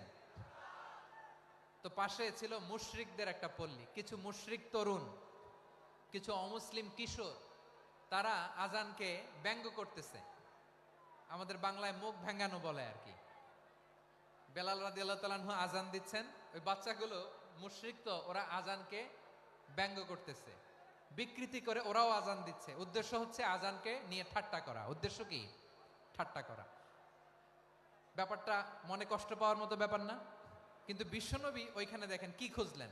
বিশ্বনবী খেয়াল করলেন অমুসলিম কিশোরদের মধ্য থেকে একটা কিশোরের গলাটা বড় দরাজ গলা, কণ্ঠটা বড় সুন্দর। খেয়াল করে দেখলেন যে কিছু কিশোর বেলালের আজানকে ব্যঙ্গ করে, বিকৃতি করে, কিন্তু একজনের কণ্ঠ দেখতে পাচ্ছেন না এত দূরে, কিন্তু কণ্ঠটা বড় সুন্দর, দরাজ গলা। বিশ্বনবী সাহাবীদেরকে বললেন, ধরো এগুলারে, ধরো।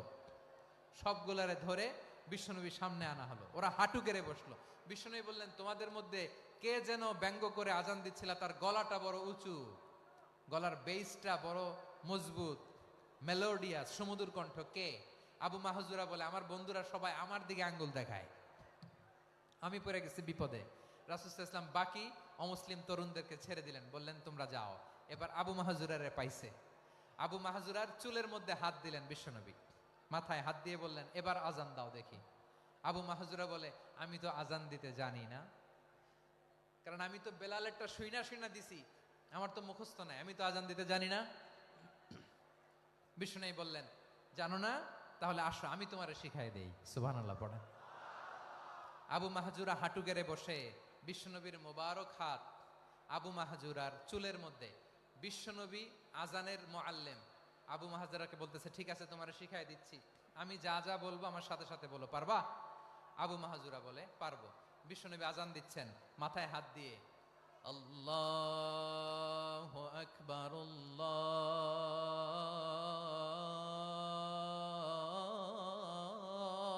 আল্লাহু আকবার। আবু মাহজুরা এই বাক্যটা পড়লেন। বিশ্বনবী দ্বিতীয় বাক্য পড়তে আরম্ভ করলেন, আল্লাহু আকবার,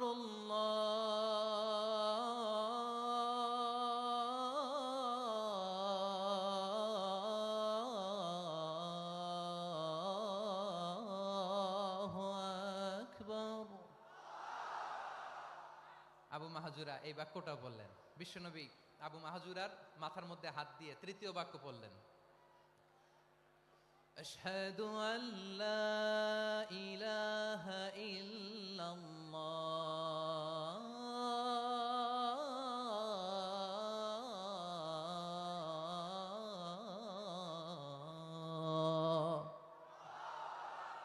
আবু মাহজুরা তৃতীয় বাক্য পড়লেন। বিশ্বনবী একটা বাক্য পরে আবু মাহজুরা পরে, বিশ্বনবী পরে আবু মাহজুরা পরে। আবু মাহজুরা কিন্তু অমুসলিম, মুশরিক।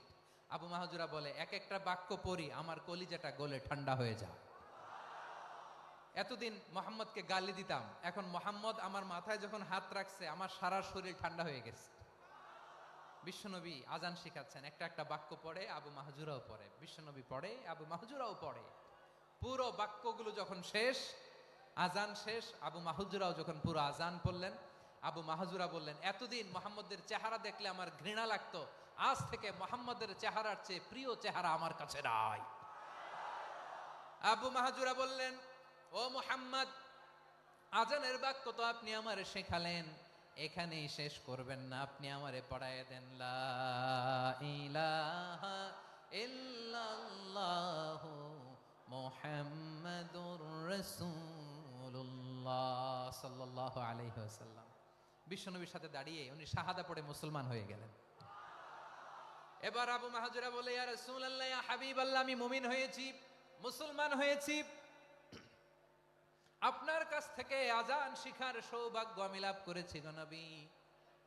আমার কণ্ঠের বড় তারিফ করেছেন আপনি, আমার আজানকে আপনি পছন্দ করেছেন। একটা জিনিস আপনার কাছে চাই, আপনি আমাকে মক্কার মসজিদুল হারামের মুয়াজ্জিন হিসেবে অ্যাপয়েন্ট করে দেন। বিষ্ণু ইসা ইসলাম বললেন, যাও আবু মাহজুরা, আমি তোমাকে পৃথিবীর শ্রেষ্ঠতম মসজিদ মক্কার মসজিদুল হারামের মুয়াজ্জিন হিসেবে অ্যাপয়েন্ট করে দিলাম। দেখছেন কিভাবে ট্যালেন্ট হান্টিং করতে হয়, কিভাবে হিউম্যান রিসোর্স মানব সম্পদকে ব্যবহার করতে হয়। আসছিল আজানকে ভেঙ্গাইতে। আসছিল কেন?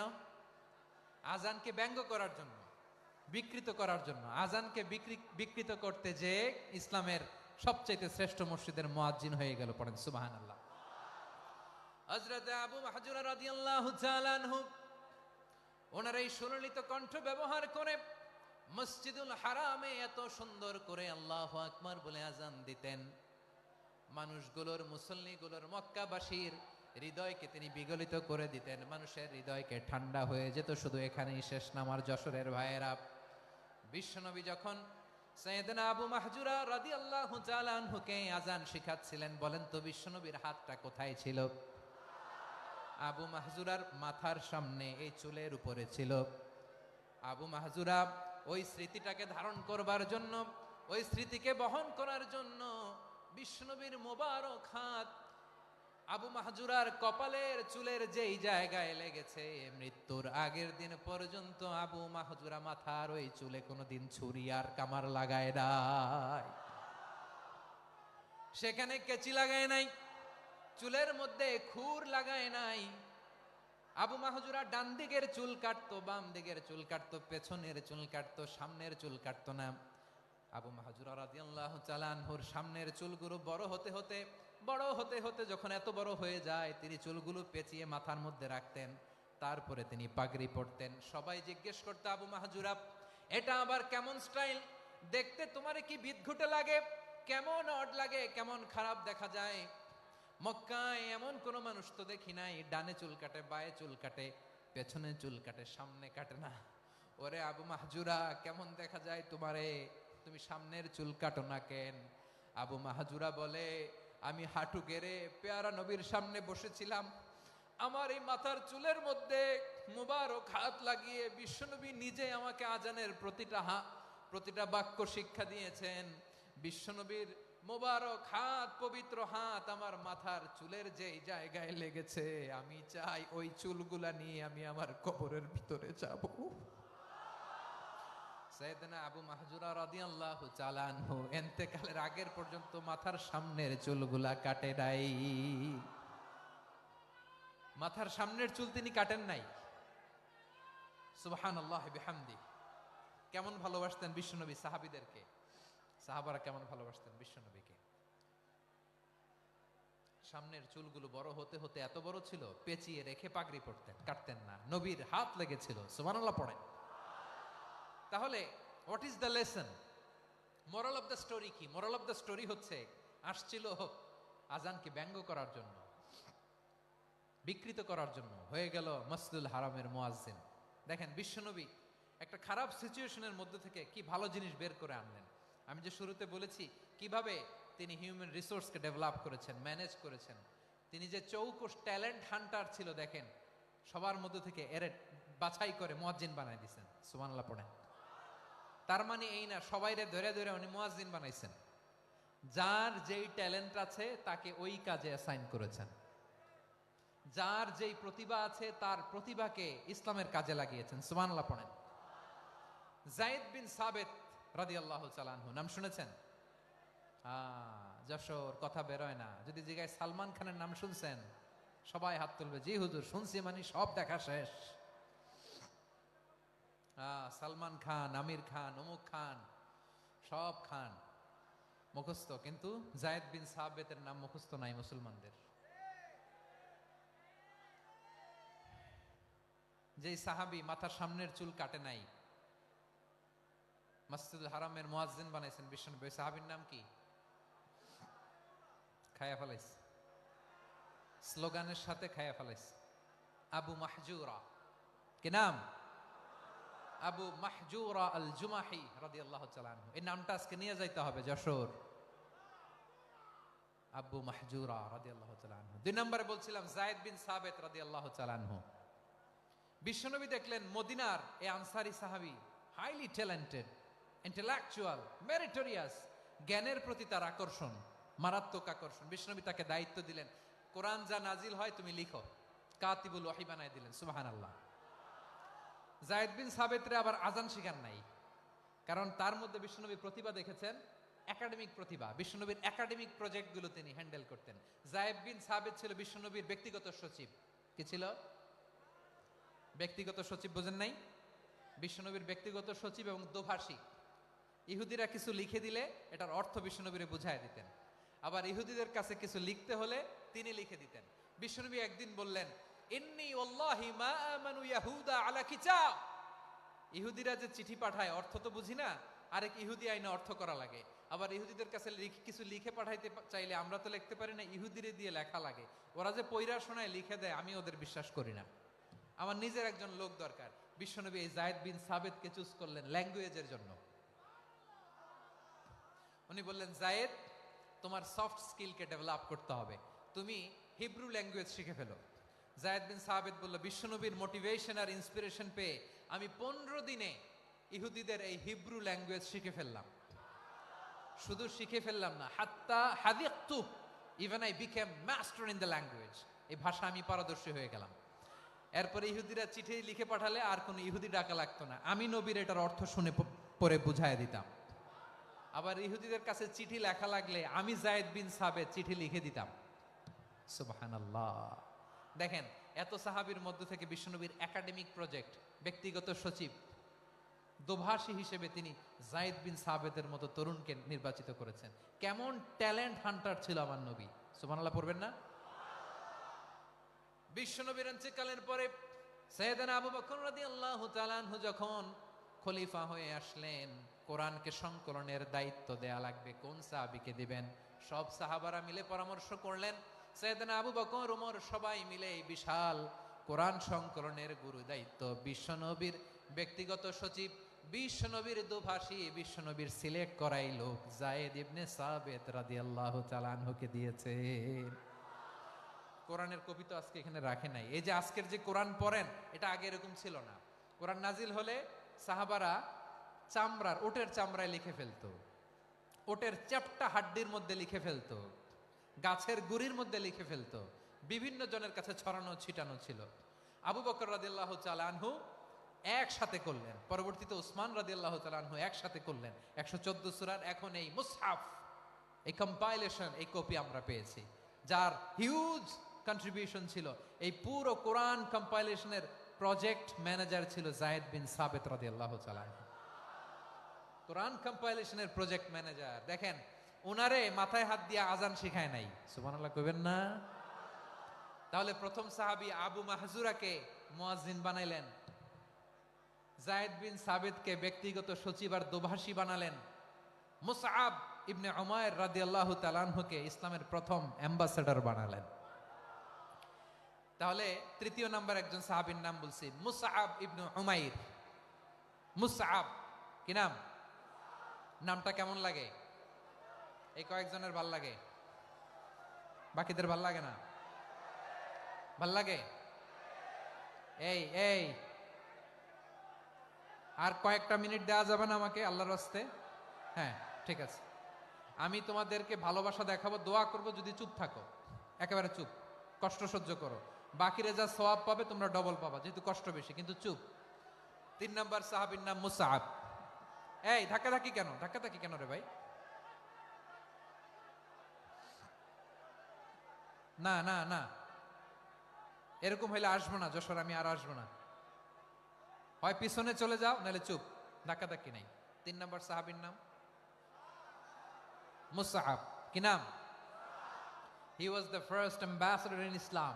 ইসলামের প্রথম ডিপ্লোমাট, প্রথম কূটনৈতিক, ইসলামের প্রথম কূটনৈতিক, ইসলামের প্রথম ডিপ্লোমাট, প্রথম অ্যাম্বাসেডর মুসআব ইবনে উমাইর। মক্কার তরুণ যুবক, উনি পারফিউম লাগাইলে মানুষ দেখলেই বুঝতো এটা মুসআব লাগাইছে। এমন ড্যাশিং ফেসের ছিল, এমন স্মার্ট ড্যাশিং ফেস, এমন পার্সোনালিটির মানুষ ছিল মুসআব রাদিয়াল্লাহু তাআলা আনহু। কারণ যিনি ইসলামের স্পোকম্যান হবেন, মুখপাত্র হবেন, তার স্মার্ট হওয়ার দরকার আছে না নাই? আকাবার প্রথম শপথ যখন হলো, তাদের সাথে বিষ্ণু ঈসা ইসলাম মদিনাতে একজন মুখপাত্র পাঠালেন, ডিপ্লোমাটকে পাঠালেন, অ্যাম্বাসেডর অফ ইসলাম, তিনি হচ্ছেন মুসআব ইবনে উমাইর। পড়েন সুবহানাল্লাহ। বিশ্বনবী দেখলেন সে অনেক স্মার্ট, তার ডেডিকেশন আছে, সিনসিয়ারিটি আছে, এবং মদিনায় যে আউস খাজরাজ গোত্রের নেতাদের সাথে ডিল করতে হবে, ইহুদিদের সাথে ডিল করতে হবে, ওখানে একজন পাক্কা জানু খেলোয়াড়ের দরকার আছে না নাই? মুসআব ইবনে উমাইর রাদিয়াল্লাহু তাআলা আনহু, ওনাকে বিষ্ণু ইসা ইসলাম চুজ করলেন। এবং বিষ্ণু ইসা ইসলামের এই চুজিংটা, এই সিলেকশনটা এত সুন্দর ছিল, তিনি মদিনাতে যে বিশ্বনবী আসার আগেই মদিনার জমিনকে তিনি উর্বর করে ফেলছেন। প্রতিটা ঘরে ঘরে কালিমার দাওয়াত তিনি পৌঁছায় দিচ্ছেন। জুমার বিধান নাজিল হয়েছে, কিন্তু মক্কায় পরিবেশ নাই জুমা পালনের। বিষ্ণু ইসা ইসলাম একজনকে দিয়ে খবর পাঠালেন, যাও মদিনায় মুসাবকে যে বলো, মুসাব তো আমার শিক্ষক, আমার স্পোকম্যান, মদিনাতে যেন তারা জুমা কায়েম করে। বিশ্বনবীর আগেই মুসাব মদিনার মুসলিমদেরকে নিয়ে মদিনায় প্রথম জুমা কায়েম করে ফেলছে। কোন সুবহানাল্লাহ। ডিপ্লোম্যাটদের কেমন হইতে হয়, অ্যাম্বাসেডারের কেমন হইতে হয়, মুসআব রাদিয়াল্লাহু তাআলা আনহুর কাছ থেকে শিখে নাও। মুসআব নামটা কেমন লাগে?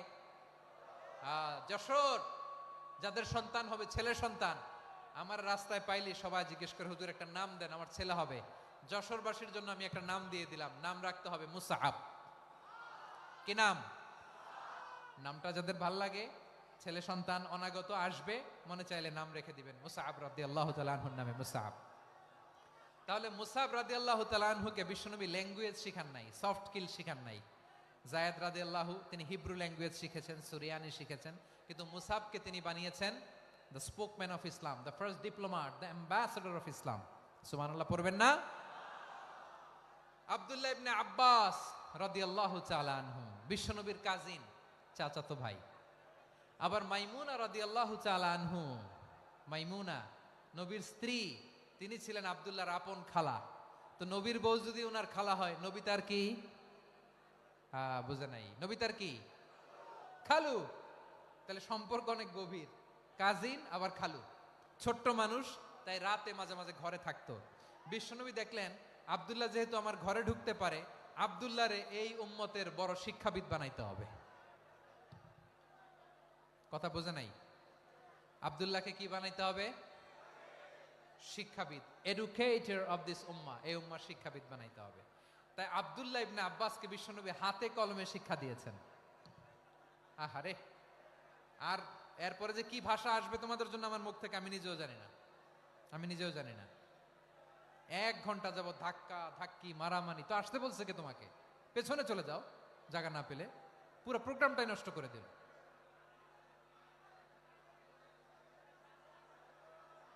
জি, আমার দিকে তাকান, আমি শেষ করে দিচ্ছি। হবে না, ইন্টেলেকচুয়াল আলোচনা এখানে হবে না, আমি বুঝতে পারছি, আমি শেষ করে দিচ্ছি।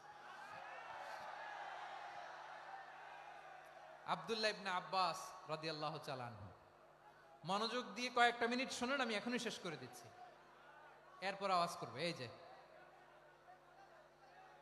এগুলো কি আমি বুঝলাম না। আমি বললাম না সব করা যাবে, বসে যাও, শুয়ে যাও, চলে যাও, আওয়াজ করা যাবে না। অন্যকে বসো এটাও বলার দরকার নাই, জাস্ট এদিকে তাকাও। আল্লাহ। আব্দুল্লাহ ইবনে আব্বাস রাদিয়াল্লাহু তাআলা আনহু, ওনাকে বিশ্বনবী হাতে কলমে শিক্ষা দিয়েছেন, যেহেতু উম্মতের শিক্ষাবিদ হবেন, এডুকেটর হবেন। তো বিশ্বনবী রাতে যখন তাহাজ্জুদ পড়তেন, ছোট্ট আব্দুল্লাহ ঘরে থাকতো। বুঝতে পেরেছেন?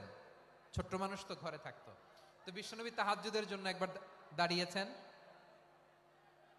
ছোট্ট আব্দুল্লাহ ওযু করে দাঁড়াইছে। আচ্ছা বলেন তো, ইমাম আর মুসল্লি মোট যদি 2 জন হয়, একজন ইমাম একজন মুসল্লি, তো মুসল্লি ইমামের কোন দিকে দাঁড়াবে? ডানে দাঁড়াবে। ছোট্ট আব্দুল্লাহ বুঝে নাই, বিশ্বনবী তাহাজ্জুদ শুরু করেছেন, উনি একতেদা করছেন আর দাঁড়াইছেন বায়ে। কোথায় দাঁড়িয়েছেন? আব্দুল্লাহ বলেন, যখন আমি বায়ে দাঁড়ালাম, আখাযা রাসূলুল্লাহ সাল্লাল্লাহু আলাইহি ওয়াসাল্লাম উযুনি আল ইউমনা ইয়াফতিলুহা, বিশ্বনবী নামাজরত অবস্থায় আমার কান ধরে টেনে আমার ডান দিকে এনে দাঁড় করায় দিলেন। পড়েন সুবহানাল্লাহ। দেখেন, হাতে কলমে শিক্ষা। আর জীবনে ভুল হবে? কথা কয় না, আর ভুল হবে? আর ভুল হবে না। এভাবে বিশ্বনবীর অনেক সঙ্গ পেয়েছেন, সফর করেছেন, একই বাহনে বসেছেন, এক বাহনে বসে লম্বা নাসিহত করেছেন, বলেছেন, ইয়া গোলাম ইহফাজিল্লাহ ইয়াহফাজকা, ইহফাজিল্লাহ তাজিদহু তুজাহাক, ইযা সাআলতা ফাসআলিল্লাহ ওয়া ইযা ইসতাআনতা ফাসতাইন বিল্লাহ। আল্লাহর বিধান মানো, আল্লাহর বিধান রক্ষা করো, আল্লাহ তোমায় রক্ষা করবে। আব্দুল্লাহ, চাইতে হলে আল্লাহর কাছে চাও, সাহায্য চাইতে হলে আল্লাহর কাছে সাহায্য চাও। মনে রাখো, গোটা বিশ্বের সবাই যদি তোমার সাহায্য করতে চায়, ততটুকুই করতে পারবে যতটুকু আল্লাহ তোমার নসিবে রেখেছে। গোটা বিশ্ব যদি তোমার বিরুদ্ধে ষড়যন্ত্রে দাঁড়িয়ে যায়, ক্ষতি ততটুকু করতে পারবে যতটুকু তোমার জন্য বরাদ্দ আছে। এর বাইরে কিছু করতে পারবে না। আওয়াজ করে বলেন ঠিক কিনা? এভাবে হাতে কলমে শিখিয়েছেন। বিশ্বনবী সঙ্গ পেয়েছেন। উনাকে বিষ্ণু ইসলাম শিক্ষাবিদ, এডুকেটর অফ দিস উম্মাহ হিসেবে সিলেক্ট করেছেন, হাতে কলমে শিখিয়েছেন। বিশ্বনবী একবার প্রকৃতির ডাকে সাড়া দিয়ে এসেছেন। এখন কি করতে হবে? নামাজের জন্য অজু করতে হবে। বিশ্বনবী এসেই দেখেন অজুর বদনায় পানি ভরা, খুশি হয়ে গেলেন। বললেন, কে রেখেছে পানি? একজন বলল, আব্দুল্লাহ রেখেছে। বিশ্বনবী অত্যন্ত খুশি হলেন। খুশি হয়ে একটা দোয়া করলেন, বললেন, আল্লাহুম্মা ফাক্কিহু ফিদ্দীন ওয়া আল্লিমহু তা'ওয়ীল। আল্লাহ, তুমি আব্দুল্লাহকে দ্বীনের বুঝ দিও আর কোরআনের তাফসীর শিক্ষা দিও। বিশ্বনবীর এই দোয়া এমন লাগছে, উনি রাইসুল মুফাসসিরিন, এই পৃথিবীতে যত মুফাসসির ছিল, যত মুফাসসির আসবে, সকল মুফাসসিরের সম্রাট হিসেবে স্বীকৃত হয়েছেন আব্দুল্লাহ ইবনে আব্বাস। বিশ্বনবী ওনারে আজান শিখান নাই, বিশ্বনবী ওনারে ল্যাঙ্গুয়েজ শিখান নাই, বিশ্বনবী ওনারে অ্যাম্বাসেডর বানান নাই, হাতে কলমে শিক্ষা দিয়েছেন। ছোট্ট মানুষ, বিশ্বনবী ইন্তেকাল করলেন। আবু বকরের সময় গেল, ওমরে ফারুকের খেলাফত, তখনও তিনি তরুণ। ওমরে ফারুক রাদিয়াল্লাহু তাআলা আনহু ওনার ক্যাবিনেট মিনিস্ট্রির বৈঠকে এই আব্দুল্লাহ ইবনে আব্বাসকে পাশ দিয়ে বসায় রাখতেন। বয়স্ক সাহাবারা এটা পছন্দ করতো না। তারা বলতো, ঘটনা কি? আব্দুল্লাহর মতো ছেলে নাতি আমাদের আছে, এরা কেন রাখে ওমরে ফারুক? ওমরে ফারুক এটা টের পেলেন। তিনি বুঝতে পারলেন যে ক্যাবিনেট মেম্বাররা এটা পছন্দ করে না, ছোট্ট আব্দুল্লাহরা কেন রাখি, কেন যে রাখি, এটা একদিন বুঝাবো। একদিন মিটিং এ তিনি সবাইকে বললেন, ইদা জাআ নাসরুল্লাহি ওয়াল ফাতহ। এই আয়াত দ্বারা উদ্দেশ্য কি বলেন তো মুরব্বী সাহাবীরা? এক সাহাবী বলেন, এই সূরা দ্বারা উদ্দেশ্য, আল্লাহ বলেছেন আমাদেরকে বিভিন্ন ল্যান্ড, বিভিন্ন এলাকা বিজয় করতে হবে। ওমরে ফারুক বললেন, না, হয়নি। আরেকজন বললেন, বিজয় হওয়ার পর আমাদের বেশি বেশি আল্লাহর বরত্বের ঘোষণা দিতে হবে, এটা উদ্দেশ্য। ওমরে ফারুক বললেন, না, হয় নাই। যারা জিজ্ঞেস করেন কেউ পারে না। সব শেষে বিশ্বনবী ছোট্ট আব্দুল্লাহরে বলেন, আব্দুল্লাহ, ইদা জাআ নাসরুল্লাহি ওয়াল ফাতহ, এর দ্বারা উদ্দেশ্য কি বলো তো? ছোট্ট আব্দুল্লাহ বলেন, হুয়া আজালু রাসূলিল্লাহ। এই আয়াত দ্বারা বিশ্বনবীর বিদায়কে উদ্দেশ্য নেওয়া হয়েছে। ওমরে ফারুক বললেন, হাযা হুয়া, এটাই তো সঠিক উত্তর, এটাই সঠিক তাফসীর এই আয়াতের। কারণ ইদা জাআ নাসরুল্লাহি ওয়াল ফাতহ, যখন আল্লাহর সাহায্য আর বিজয় আসবে, ওয়া রাআইতান নাসা ইয়াদখুলুনা ফি দীনিল্লাহি আফওয়াজা, আপনি দেখবেন দলে দলে, ঢলে ঢলে, বানের পানির মতো মানুষ ইসলামের দিকে ঢুকতেছে। ইসলামের বিজয় হয়েছে। তো ইসলামের বিজয়ের মিশন নিয়ে নবী আসছে। বিজয়ী যখন হয়ে গেছে, এখন তো নবীর বিদায় হবে। জোরে বলেন ঠিক কিনা?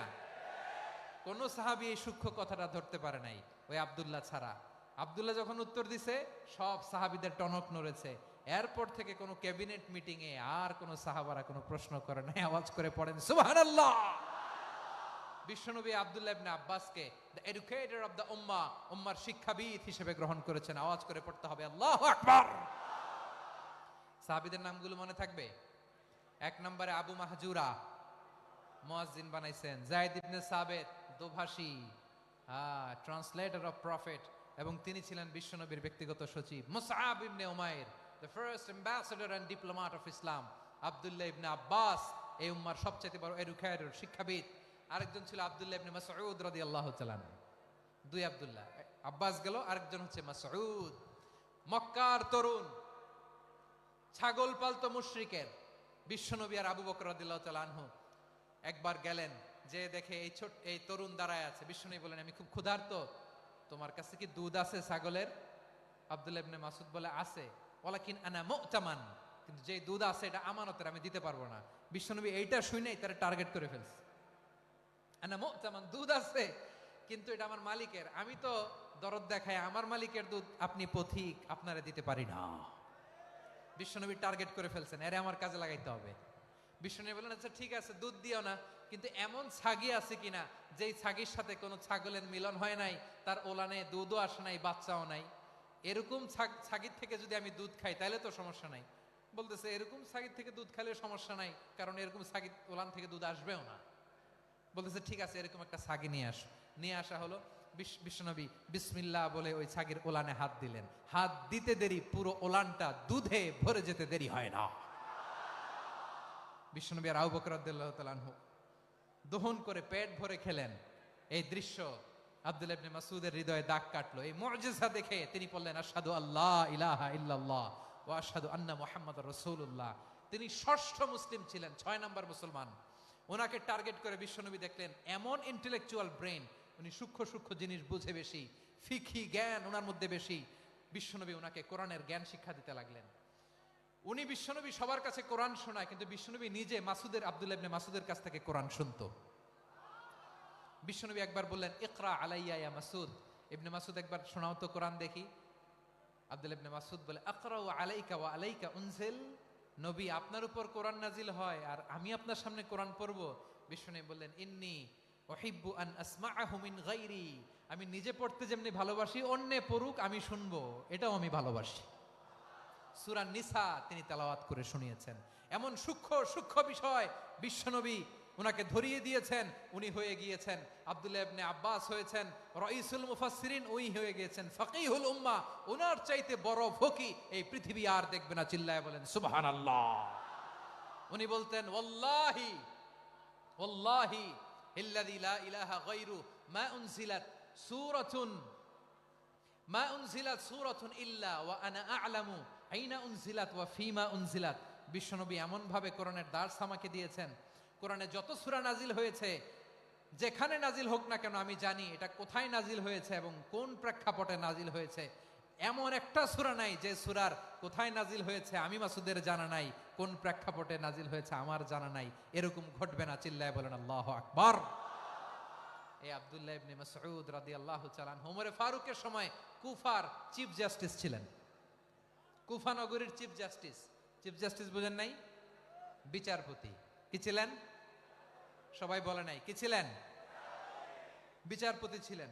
এবং ওনার যে ফিকহি জ্ঞানের ধারা, এটাই আলকামা, ইব্রাহিম আন-নাখাই, হাম্মাদ ইবনে সুলাইমান হয়ে ইমাম আবু হানিফা পর্যন্ত পৌঁছেছে। এবং ওনার ফিকহি জ্ঞানের ধারাই হানাফি মাযহাবে অ্যাকসেপ্ট হয়েছে। আজও এগুলো হানাফি মাযহাবে চর্চিত হয়। হানাফি মাযহাবের সব ফিক আব্দুল্লাহ ইবনে মাসউদের ফিকহি জ্ঞানের ধারা থেকে নেওয়া হয়েছে। চিল্লায় পড়েন সুবহানাল্লাহ।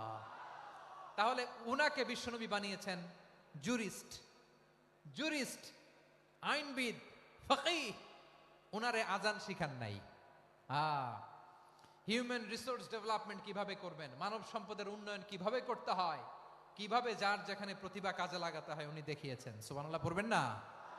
খালিদ বিন ওয়ালিদ নাম শুনছেন? কে কে শোনেন নাই হাত তোলেন। কি ছিলেন? বীর যোদ্ধা ছিলেন খালিদ বিন ওয়ালিদ। কিন্তু তিনি ইসলাম ধর্ম গ্রহণ করেছেন অনেক দেরিতে, 8ম হিজরিতে। তার মানে 8ম হিজরির আগে উনি মুশরিকদের পক্ষে লড়াই করেছেন। ওনার হাতে কত মুসলিম সাহাবী যে নিহত হয়েছে হিসাব নাই। বিশ্বনবী টার্গেট করে রাখছে, তুমি আমাদের মুসলিমদের এত ক্ষতি করলা, তুমি যখন মুসলমান হবা তোমারে দিয়ে আমি এমন কাম করামু যে এটা আর কেউ করতে পারবে না। সুবহানাল্লাহ নাই? যশোর ক্লান্ত হয়ে গেছে।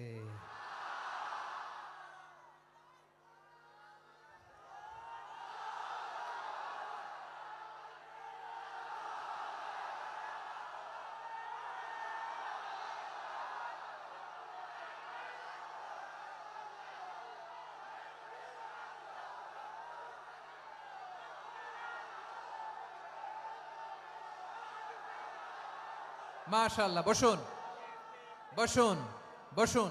খালিদ বিন ওয়ালিদ রাদিয়াল্লাহু তাআলা আনহু 8ম হিজরিতে মুসলিম হয়েছেন, মক্কা বিজয়ের আগে। তো মক্কা বিজয়ের আগে যখন মুসলিম হয়েছেন, এর আগে কি করছেন? কাফিরদের সাথে যুদ্ধ করেছেন। উনি উহুদের যুদ্ধে মুসলমানদের যে পরাজয় ভাব, কঠিন পরিস্থিতির মুখোমুখি উনার কারণে পেছন থেকে এমন আতর্কিত আক্রমণ করেছেন, মুসলমানদেরকে কচুকাটা করেছেন। 8ম হিজরিতে আল্লাহ তাআলা হেদায়েতের নূর দিয়ে ওনার হৃদয়টাকে উজালা করে দিলেন। লা ইলাহা এটা এমন বাণী যার হৃদয়ে একবার টাচ খাবে, এইটা থেকে সে আর পালিয়ে বেড়াতে পারে। ঝিনুকের ভেতর লুকিয়ে থাকে যেমন মতি, ঝিনুকের ভেতর লুকিয়ে থাকে যেমন মতি, কলমা শাহাদাতে আছে আল্লাহর জ্যোতি, কলমা শাহাদাতে আছে আল্লাহর জ্যোতি। ঠিক কিনা বলেন? মক্কা বিজয়ের আগে মুসলিম হলেন। হওয়ার পরেই বিশ্বনবীর টার্গেট ফুলফিল হলো। ওই যে টার্গেট করে রেখেছেন আর দোয়া করেছেন, খালিদ বিন ওয়ালিদ যদি মুসলিম হয় তাকে আমি মিলিটারি চিফ বানাবো। ওনাকে আজান শিখান নাই, ওনারে কান ধইরা নামাজের এই মাথা থেকে ওই মাথা আনান নাই, ফিকহি কোরআনের সূক্ষ্ম তাফসীর ওনারে শিখান নাই, অ্যাম্বাসেডর বানান নাই। বিষ্ণু ইসলাম উনাকে সামরিক অভিযানে প্রেরণ করেছেন। সামরিক অভিযানে তিনি প্রেরণ করেছেন। ওনার জীবদ্দশায় ওনার নেতৃত্বে যতগুলো যুদ্ধ হয়েছে একটা যুদ্ধেও তিনি পরাজয় বরণ করেন নাই। ওমরে ফারুকের সময়কালে তিনি চিফ অফ মুসলিম মিলিটারি মানে মুসলিম সেনাপতি হয়েছেন। যশোর আওয়াজ করো, ঠিক কিনা বলো? সেনাপতি, মুসলিম সেনাপতি। তাহলে কিভাবে হিউম্যান রিসোর্স ব্যবহার করতে হয় গোটা বিশ্ব আমার নবীর কাছ থেকে শিখে নাও। খালিদ বিন ওয়ালিদ, ওনাকে বিশ্বনবী একটা উপাধি দিয়েছেন। উপাধিটা হচ্ছে সাইফুল্লাহিল মাসলুল, আল্লাহর নাঙ্গা তরবারি, আল্লাহর খোলা তরবারি, দ্য ওপেন সোর্ড অফ আল্লাহ। খালিদ বিন ওয়ালিদ মুসলিম সেনাপতি। হাসান বিন সাবেত নাম শুনছেন? দেখি উনি কি ছিল বলেন। রাসূলের সভা কবি, কালচারাল হিজিমনিকে ডিফিট করার জন্য। উনি ভালো অস্ত্র চালানো জানতেন না, ওই কাজে উনি যেতেন না। ওনার ছিল কাব্য প্রতিভা। কাব্য প্রতিভা, কাফিররা কবিতা দিয়ে নবীকে গালি দিত। বিশ্বনবী বলতেন, ইয়া হাসান আজিব আন রাসূলিল্লাহ, তুমি নবীর হয়ে কাফেরদের এই কথাগুলোর জবাব দাও। বিশ্বনবীর একটা মিম্বার ছিল। বিশ্বনবীর মিম্বারের পাশাপাশি মসজিদে নববীতে এই হাসান বিন সাবেতের জন্য বিশ্বনবী একটা স্পেশাল মিম্বার বানিয়ে দিয়েছেন। এখান থেকে তুমি জবাব দাও। এবং বিশ্বনবী বলেছেন, আল্লাহুম্মা আইয়িদহু বিরূহিল কুদুস। আল্লাহ, হাসান আমার পক্ষে জবাব দেয়, তুমি জিব্রাইল মারফত তাকে সাহায্য পাঠায়া দিও। রাসূল সাল্লাল্লাহু আলাইহি ইসলামের সভা কবি, the poet of the prophet, নবীর কবি।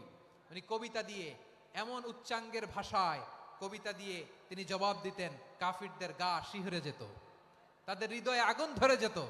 তাহলে এরকম কবিরও দরকার আছে না নাই? এখন যাকে আল্লাহ দিছে কাব্য প্রতিভা, এরা যদি আপনি যুদ্ধের ময়দানে পাঠান হবে? যারে দিছে সুরেলা গলা, এরা যদি অ্যাম্বাসেডর বানান হবে না। হাসান বিন সাবিত ছিলেন বিষ্ণু ইসলামের কবি। হুযায়ফা ইবনুল ইয়ামান বিশ্বনবীর গোয়েন্দা বিভাগের প্রধান। কিসের প্রধান? হুযায়ফা ইবনুল ইয়ামান। ওনার ছিল ডিটেকটিভ মাইন্ড, ডিটেকটিভ মাইন্ড, গোয়েন্দা বিভাগের প্রধান। এবং উনি হচ্ছেন সাহিবু সিররি রাসূলিল্লাহ, রাসূল সাল্লাল্লাহু আলাইহি ওয়াসাল্লামের গোপন তথ্যের ধারক বাহক। নবীর যেই কথা কেউ জানে না, সব হুযায়ফার পেটের ভিতরে ছিল। সুবহানাল্লাহ পড়েন। মদিনার যত ইহুদি, ইহুদিদের একটা লিস্ট ছিল। এই লিস্ট শুধু দুইজন জানতো, বিশ্বনবী আর হুযায়ফা। সুবহানাল্লাহ পড়বেন না? তাহলে উনাকে কোন দায়িত্ব দিছে? কোন বিভাগ? যশোর আওয়াজ করো, কোন বিভাগ? গোয়েন্দা বিভাগের হেড ছিল। খন্দকের যুদ্ধে প্রচন্ড আজকের মতো শৈত্য প্রবাহ, মাটি খনন করতে করতে সাহাবীদের পেটে ক্ষুধা নাই, দাঁড়াইতে পারে না নামাজের জন্য, এত ক্লান্ত, ক্ষুধা ক্লান্ত।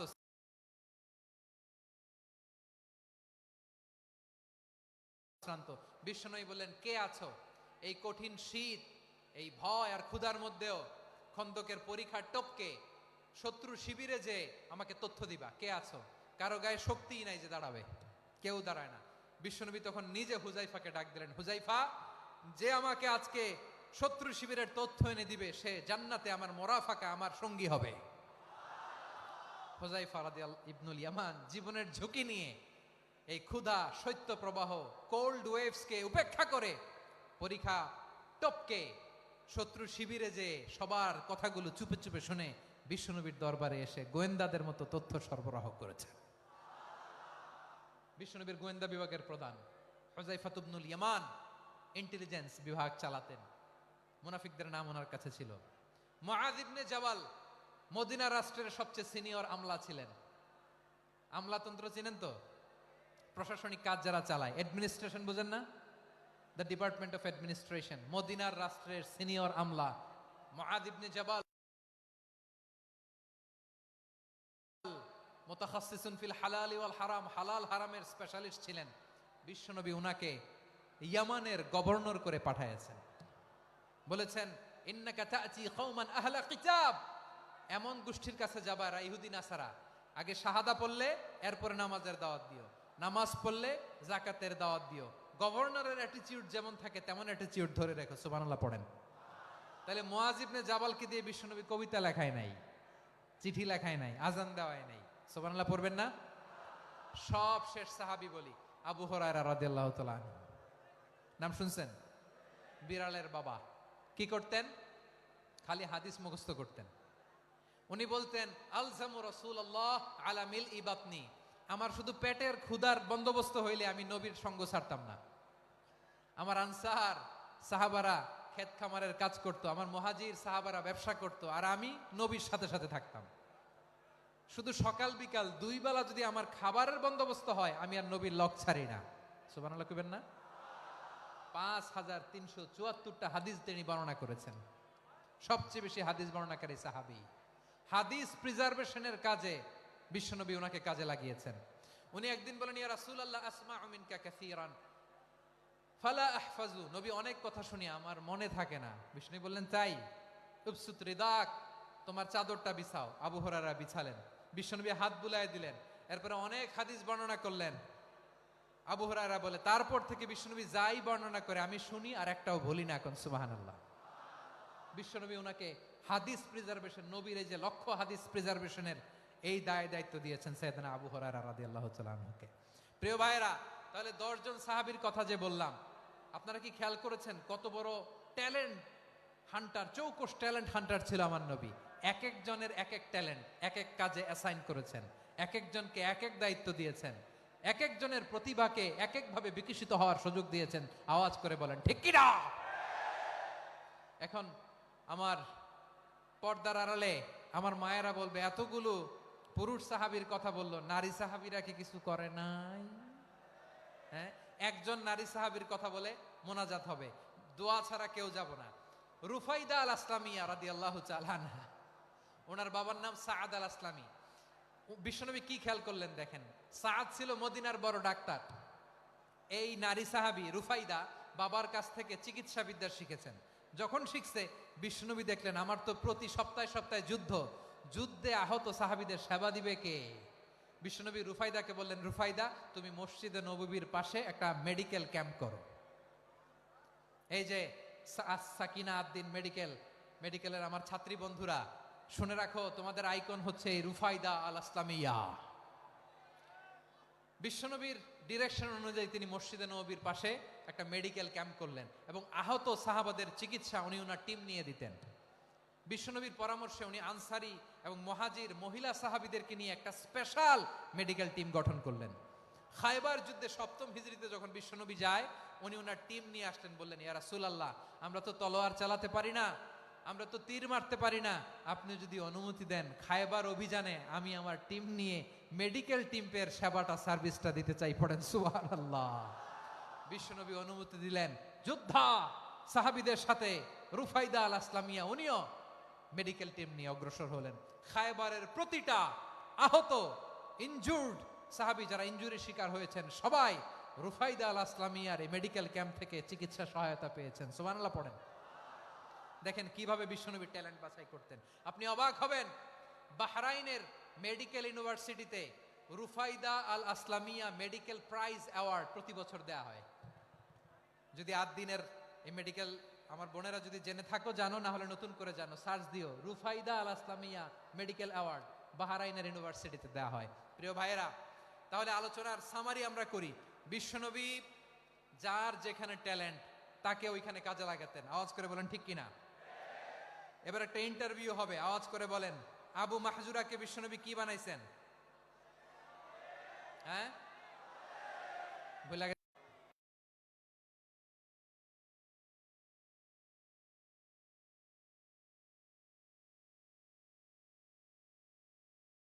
হাসান বিন সাবিত ছিলেন বিশ্বনবীর সভাকবি। কি ছিলেন? বিশ্বনবীর সভাকবি ছিলেন। এরপরে হুযায়ফা ইবনুল ইয়ামান কি ছিলেন? গোয়েন্দা বিভাগের প্রধান। মুআয ইবনে জাবাল কি ছিলেন? সিনিয়র আমলা। ইয়ামানের গভর্নর আবু হুরায়রা রাদিয়াল্লাহু তাআলা আনহু হাদিস প্রিজার্ভেশনের কাজ করেছেন। আর আমাদের রুফাইদা আল আসলামিয়া রাদিয়াল্লাহু তাআলা আনহা কি ছিলেন? নার্স ছিলেন। নার্স হয়ে মেডিকেল সেবা দিয়েছেন। প্রিয় ভাইরা, পুরো আলোচনার যদি সামারি করি তাহলে বিশ্বনবী যেভাবে হিউম্যান রিসোর্সকে ম্যানেজ করেছেন, যার যেখানে প্রতিভা কাজে লাগিয়েছেন, আমরাও যদি করি আমাদের বাংলাদেশের চিত্র আমরা পাল্টে দিতে পারবো। আমরা শুরুতে শুনেছি মানুষের আছে অসীম সম্ভাবনা, প্রতিটা মানুষ অনন্য, যত্ন নিলে, যথাযথ পরিচর্যা করলে মানুষ বিশ্ব জয় করতে পারে, ঠিক কিনা? আমাদের হাফেজে কোরআনের সামনে দাঁড়াতে পারে এমন কোনো হাফেজে কোরআন আল্লাহর জমিনে জন্ম হয় নাই। গোটা বিশ্ব কাঁপিয়ে তারা সেরা, আমাদের ক্রিকেটাররা সেরা, আমাদের তৈরি পোশাক শিল্প সেরা, এরকম অনেক অনেক সেরা জিনিস আছে। আমরা এগুলোরে নার্চারিং করতে পারি নাই, পরিচর্যা করতে পারি নাই, সঠিক তারবিয়াতের অভাব। তাহলে মানুষের অসীম সম্ভাবনাকে কাজে লাগাতে হবে, ঠিক কিনা বলেন? ইউনুস গভর্নমেন্টকে আমি বলবো, অল্প সময়ের জন্য আপনারা এসেছেন, সংস্কারও করতে হবে, আবার নির্বাচনও করতে হবে। সব সংস্কার হয়তো করতে পারবেন না, যতটুকু পারবেন এর মধ্যে আমাদের যে হিউজ ম্যান পাওয়ার, আমাদের যে মানব সম্পদ, হিউম্যান রিসোর্স, এটাকে ডেভেলপ করে আপনাদের যেতে হবে। যেটা পারবেন না সেটাকে পরবর্তী নির্বাচিত গভর্নমেন্টের কাছে রেখে যেতে হবে, যে তারা যেন করে, তাদের কাছে আপনারা এটা রেখে যাবেন। তাহলে মানুষ চাইলে বিশ্ব জয় করতে পারে। আর মানুষকে হারাতে পারে কেউ? জোরে বলো যশোর, মানুষকে হারাতে পারে কেউ? আল্লাহ আমাদেরকে জনসংখ্যা দিয়েছেন প্রিয় ভাইয়েরা। এই জনসংখ্যা অনেক বড় সম্পদ, এটা আমাদের জন্য অভিশাপ নয়, আশীর্বাদ। আমাদের জনসংখ্যাকে যদি আমরা জনশক্তিতে রূপান্তর করতে পারি, আজকে বাংলাদেশ যে অবস্থানে দাঁড়িয়ে আছে, বাংলাদেশ তার 20 গুণ উন্নতির শিখরে চলে যাবে। চিল্লায় বলো ঠিক কিনা? আমাদের শ্রমিক ভাইয়েরা বাইরে কাজ করে, আমাদের শ্রমজীবী ভাইয়েরা, প্রবাসীরা, তাদের ব্যাপারে গুরুত্ব দিতে হবে। আমাদের শ্রমের দাম সবচেয়ে কম, সবচেয়ে কম। তারা এম্বাসিতে গুরুত্ব পায় না, এয়ারপোর্টে গুরুত্ব পায় না। এই সরকার অবশ্য তাদেরকে অনেক গুরুত্ব দিচ্ছে। আমাদের অদক্ষ শ্রমিককে যখন আমরা দুবাই পাঠাই, অল্প বেতন পায়, কিন্তু ইন্ডিয়ানরা দক্ষ শ্রমিক পাঠাইলে তার 3 গুণ বেতন পায়। আমরা আমাদের শ্রমিকদেরকে অদক্ষ ভাবে আর পাঠাতে চাই না, দক্ষ শ্রমিক পাঠিয়ে আমরা রেমিটেন্সের বন্যা বইয়ে দেব। আমাদের শ্রমিকদের পাঠানো রেমিটেন্সের টাকায় সচল থাকে আমার দেশের অর্থনীতির চাকা। তাদেরকে সবচেয়ে গুরুত্ব দিতে হবে। আমরা পেয়েছি ফ্রিডম ফাইটার, মুক্তিযোদ্ধা, আর আমার প্রবাসী ভাইরা হচ্ছে রেমিটেন্স ফাইটার। জোরে বলো ঠিক কিনা? তাহলে আমাদের এই জনশক্তিকে জনসম্পদে ট্রান্সফর্ম করতে হবে, ঠিক কিনা বলেন? সরকার জনগণকে এভাবে পলিশ করতে হবে। মা বাবারা ছেলে মেয়েদের মধ্যে কার কোন যোগ্যতা তাকে ওইভাবে কাজে লাগাতে হবে। সবার এ প্লাস পাওয়ার কোনো দরকার নাই। আমাদের দেশে একটা টেন্ডেন্সি আছে, পরীক্ষায় এ প্লাস না পাইলে কই তুই কি করলি, পাশের বাড়ির ছেলে এ প্লাস পাইছে, যা ওর পা ধোয়া পানি খা। কি খা? তা আমি ভাবছি যে পা ধোয়া, এ প্লাস পাওয়া ছেলেদের পা ধোয়া পানির একটা পানির ব্র্যান্ড বানাইতে হবে, এরকম লেখা থাকবে, এ প্লাস পাওয়া ছেলেদের পা ধোয়া পানি। খাওয়া নাই, এগুলার খাওয়া নাই। ওরে আল্লাহ এ প্লাস পাওয়ার জন্য বানাইছে, আর আপনার ছেলেকে এই এ প্লাস গুলারে নিয়ন্ত্রণ করার জন্য আল্লাহ বানাইছে। ওকে দিয়ে আল্লাহ কি করবে আপনি জানেনই না। একটা এ প্লাস, একটা এ গ্রেড একটা মানুষের জীবনকে ঠিক করে দিতে পারে না। আপনার ছেলেকে আল্লাহ অন্যদিকে যোগ্যতা দিয়েছে, ওদের মনোবল ভাঙবেন না, খবরদার, খবরদার। ছেলে মেয়েদের মনোবল ভাঙবেন না। যাকে দিয়ে যেটা হবে তাকে দিয়ে সেটা করতে হবে, তার প্রতিভাকে সেভাবে কাজে লাগাতে হবে। তাহলে বাংলাদেশ, আমাদের এই জনসংখ্যা জনসম্পদে রূপান্তরিত হবে। আমাদের সরকারের তত্ত্বাবধানে আমাদের 18 কোটি জনগণ দক্ষ জনশক্তিতে রূপান্তরিত হোক, আমরা চাই কি চাই না? আমরা ভালো মানুষ, শ্রেষ্ঠ মানুষ হতে চাই কি চাই না? ওই জাপানিজদের মতো সৎ, ওই ইউরোপিয়ানদের মতো কালচার্ড।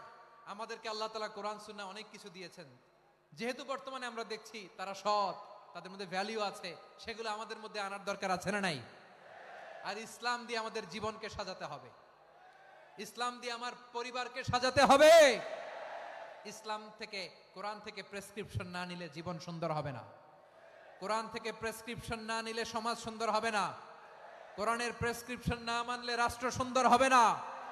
কোরআনের প্রেসক্রিপশন অ্যাপ্লাই না করলে শুধু দুর্নীতি দমন কমিশন দিয়ে দুর্নীতি বন্ধ করা যাবে না। এজন্য কোরআনের আইন আমরা চাই কি চাই না? প্রিয় ভাইয়েরা, হিউম্যান রিসোর্স ডেভেলপমেন্ট, মানব সম্পদের উন্নয়ন, আমাদের সরকার যেন এদিকে নজর দেয়। আমরা যেন এই ব্যাপারে যত্নবান হয়ে উঠি। যাকে আল্লাহ যে যোগ্যতা দিয়েছে, এই যোগ্যতা দিয়ে আমরা যেন ইসলামের জন্য, দেশের জন্য কাজ করি। আমরা যেন আমাদের স্কিল ডেভেলপ করি, আমাদের পটেনশিয়ালকে ডেভেলপ করি। মোরালিটি, ভ্যালিউজ নিয়ে শায়েখ আহমদুল্লাহ আলোচনা করেছেন, এগুলো দিয়ে যেন আমরা আমাদেরকে সাজাই। আল্লাহ তাআলা আমাদের দেশকে তুমি নিরাপদ করো, আমরা পড়ি আমিন। আল্লাহ আমার 18 কোটি জনগণকে তুমি জনশক্তিতে রূপান্তরিত করো, আমিন। আল্লাহ আমরা হাতে হাত রেখে কাঁধে কাঁধ মিলিয়ে ভাই ভাইয়ে যেন এই দেশকে গড়তে পারি, আল্লাহ তুমি তৌফিক দান করো, আমরা পড়ি আমিন। আমার প্রিয় মহিউদ্দিন ভাই বলেছেন, হুজুর এমন একটা ঘোষণাপত্র দিয়ে যাবেন আজকের এই ঐতিহাসিক যশোরের প্রোগ্রামে, যেটা গোটা বাংলাদেশে মানুষ এটার উপর আমল করে। আমি যে কথাটা বলেছি এটাই, আসুন আমরা আমাদের জনসংখ্যাকে জনসম্পদে ট্রান্সফর্ম করি। আমাদের জনসংখ্যাকে আমরা যেন জনশক্তিতে রূপান্তরিত করি। জনসংখ্যাকে ট্রান্সফর্ম করে জনশক্তি দিয়ে আমরা যেন আগামীর বাংলাদেশ, স্বাধীন বাংলাদেশ 2.0 গড়ে তুলি। আল্লাহ তাআলা আমাদের সবাইকে কথাগুলো বোঝার, আমল করার তৌফিক দান করুন। এই জেনজি, ক্ষমা করে দিও আমাকে, অনেক ধমক দিছি, বকা দিছি। আল্লাহ তোমাদেরকে করুক, কবুল করুক, যশোরবাসীকে কবুল করুক, আদ দিনকে কবুল করুক, এই মেডিকেল কলেজকে কবুল করুক, ইসলামের জন্য বাদ ভাঙা এই জোয়ার এবং উচ্ছ্বাসকে আল্লাহ তাআলা কবুল করুক। হাদা মা ইনদি ওয়াল ইলমু ইনদাল্লাহ আলাইহি তাওয়াক্কালতু ওয়া ইলাইহি উনীব। সুবহানাকাল্লাহুম্মা ওয়া বিহামদিকা আশহাদু আল্লা ইলাহা ইল্লা আনতা আস্তাগফিরুকা ওয়া আতুবু ইলাইক। আল্লাহুম্মা আমিন। রব্বানা ظلمنا أنفسنا وإن لم تغفر لنا وترحمنا لنكونن من الخاسرين. ربنا آتنا في الدنيا حسنة وفي الآخرة حسنة وقنا عذاب النار. ও বিশাল আকাশের মালিক, বিশাল জমিনের মালিক, তোমার আকাশ বাতাসের তুলনায় আমাদের হাত দুইটা বড় ছোট্ট রে আল্লাহ। ছোট দুটি হাত পেতে বুক ভরা আশা নিয়ে তোমার শাহী দরবারে চেয়ে রইলাম। আমাদের জিন্দেগির গুনাহ খাতা তুমি মাফ করে দাও। আমাদের আব্বা আম্মা, দাদা দাদি, আত্মীয় স্বজন সবার গুনাহ খাতা তুমি মাফ করে দাও। আমাদের যত আত্মীয় স্বজন কবরের বাসিন্দা, প্রত্যেকের কবরটারে তুমি কোরআনের নূর দিয়ে মুনাওয়ার করে দাও। আল্লাহ আজকের এই যশোরের প্রোগ্রামকে তুমি কবুল আর মঞ্জুর করে দাও। সূরা বনী ইসরাঈলের 70 নম্বর আয়াতের আলোকে জনসংখ্যাকে কিভাবে জনশক্তি, জনসম্পদে রূপান্তরিত করা যায়, সিরাতের লেন্সে, সিরাত থেকে আমরা শুনলাম, যা কিছু শুনলাম আমল করার তৌফিকে দাও রব্বুল আলামিন। আমার বাংলাদেশকে সোনার বাংলাদেশ হিসেবে কবুল করে নাও। আজকের প্রোগ্রামে যারা জয়েন করলো তাদেরকে তুমি কবুল করে নাও রব্বুল আলামিন। লক্ষ লক্ষ নারী পুরুষ যশোরের এই ঐতিহাসিক তাফসীর প্রোগ্রামের মাহফিলে জয়েন করেছে, আল্লাহ যেভাবে সহি সালামতে আজকে মাহফিলে জয়েন করলো, সহি সালামতে প্রত্যেক ভাই এবং বোনকে তুমি গন্তব্যে পৌঁছে দিও। আল্লাহ কত বড় বড় আল্লাহর ওলিরা এখানে এসেছে, মাদ্রাসার হুজুররা এসেছে, পর্দার আড়ালে কত বড় নেককার নারীরা এসেছে। আল্লাহ যার হাতকে তোমার পছন্দ হয়, যার ইবাদতকে পছন্দ হয়, তার ইবাদতের ওসিলায় আজকের দোয়াটা তুমি কবুল আর মঞ্জুর করে দাও। রব্বানা তাকাব্বাল মিন্না ইন্নাকা আনতাস সামিউল আলিম ওয়া তুব আলাইনা ইয়া মাওলানা ইন্নাকা আনতাত তাওয়াবুর রহিম। সুবহানাকা রাব্বিকা রাব্বিল ইজ্জাতি আম্মা ইয়াসিফুন ওয়া সালামুন আলাল মুরসালিন والحمد لله رب العالمين. واجعل آخر كلامنا عند الموت لا إله إلا الله محمد رسول الله.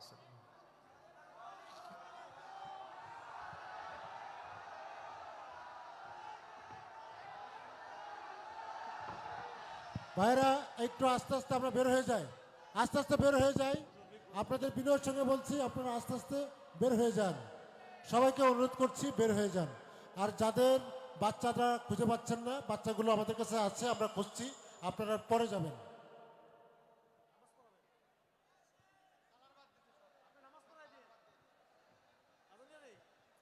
আস্তে আস্তে শৃঙ্খলার সাথে সহি সুস্থভাবে বের হয়ে যান ভাইরা, ধাক্কা ধাক্কি করবেন না।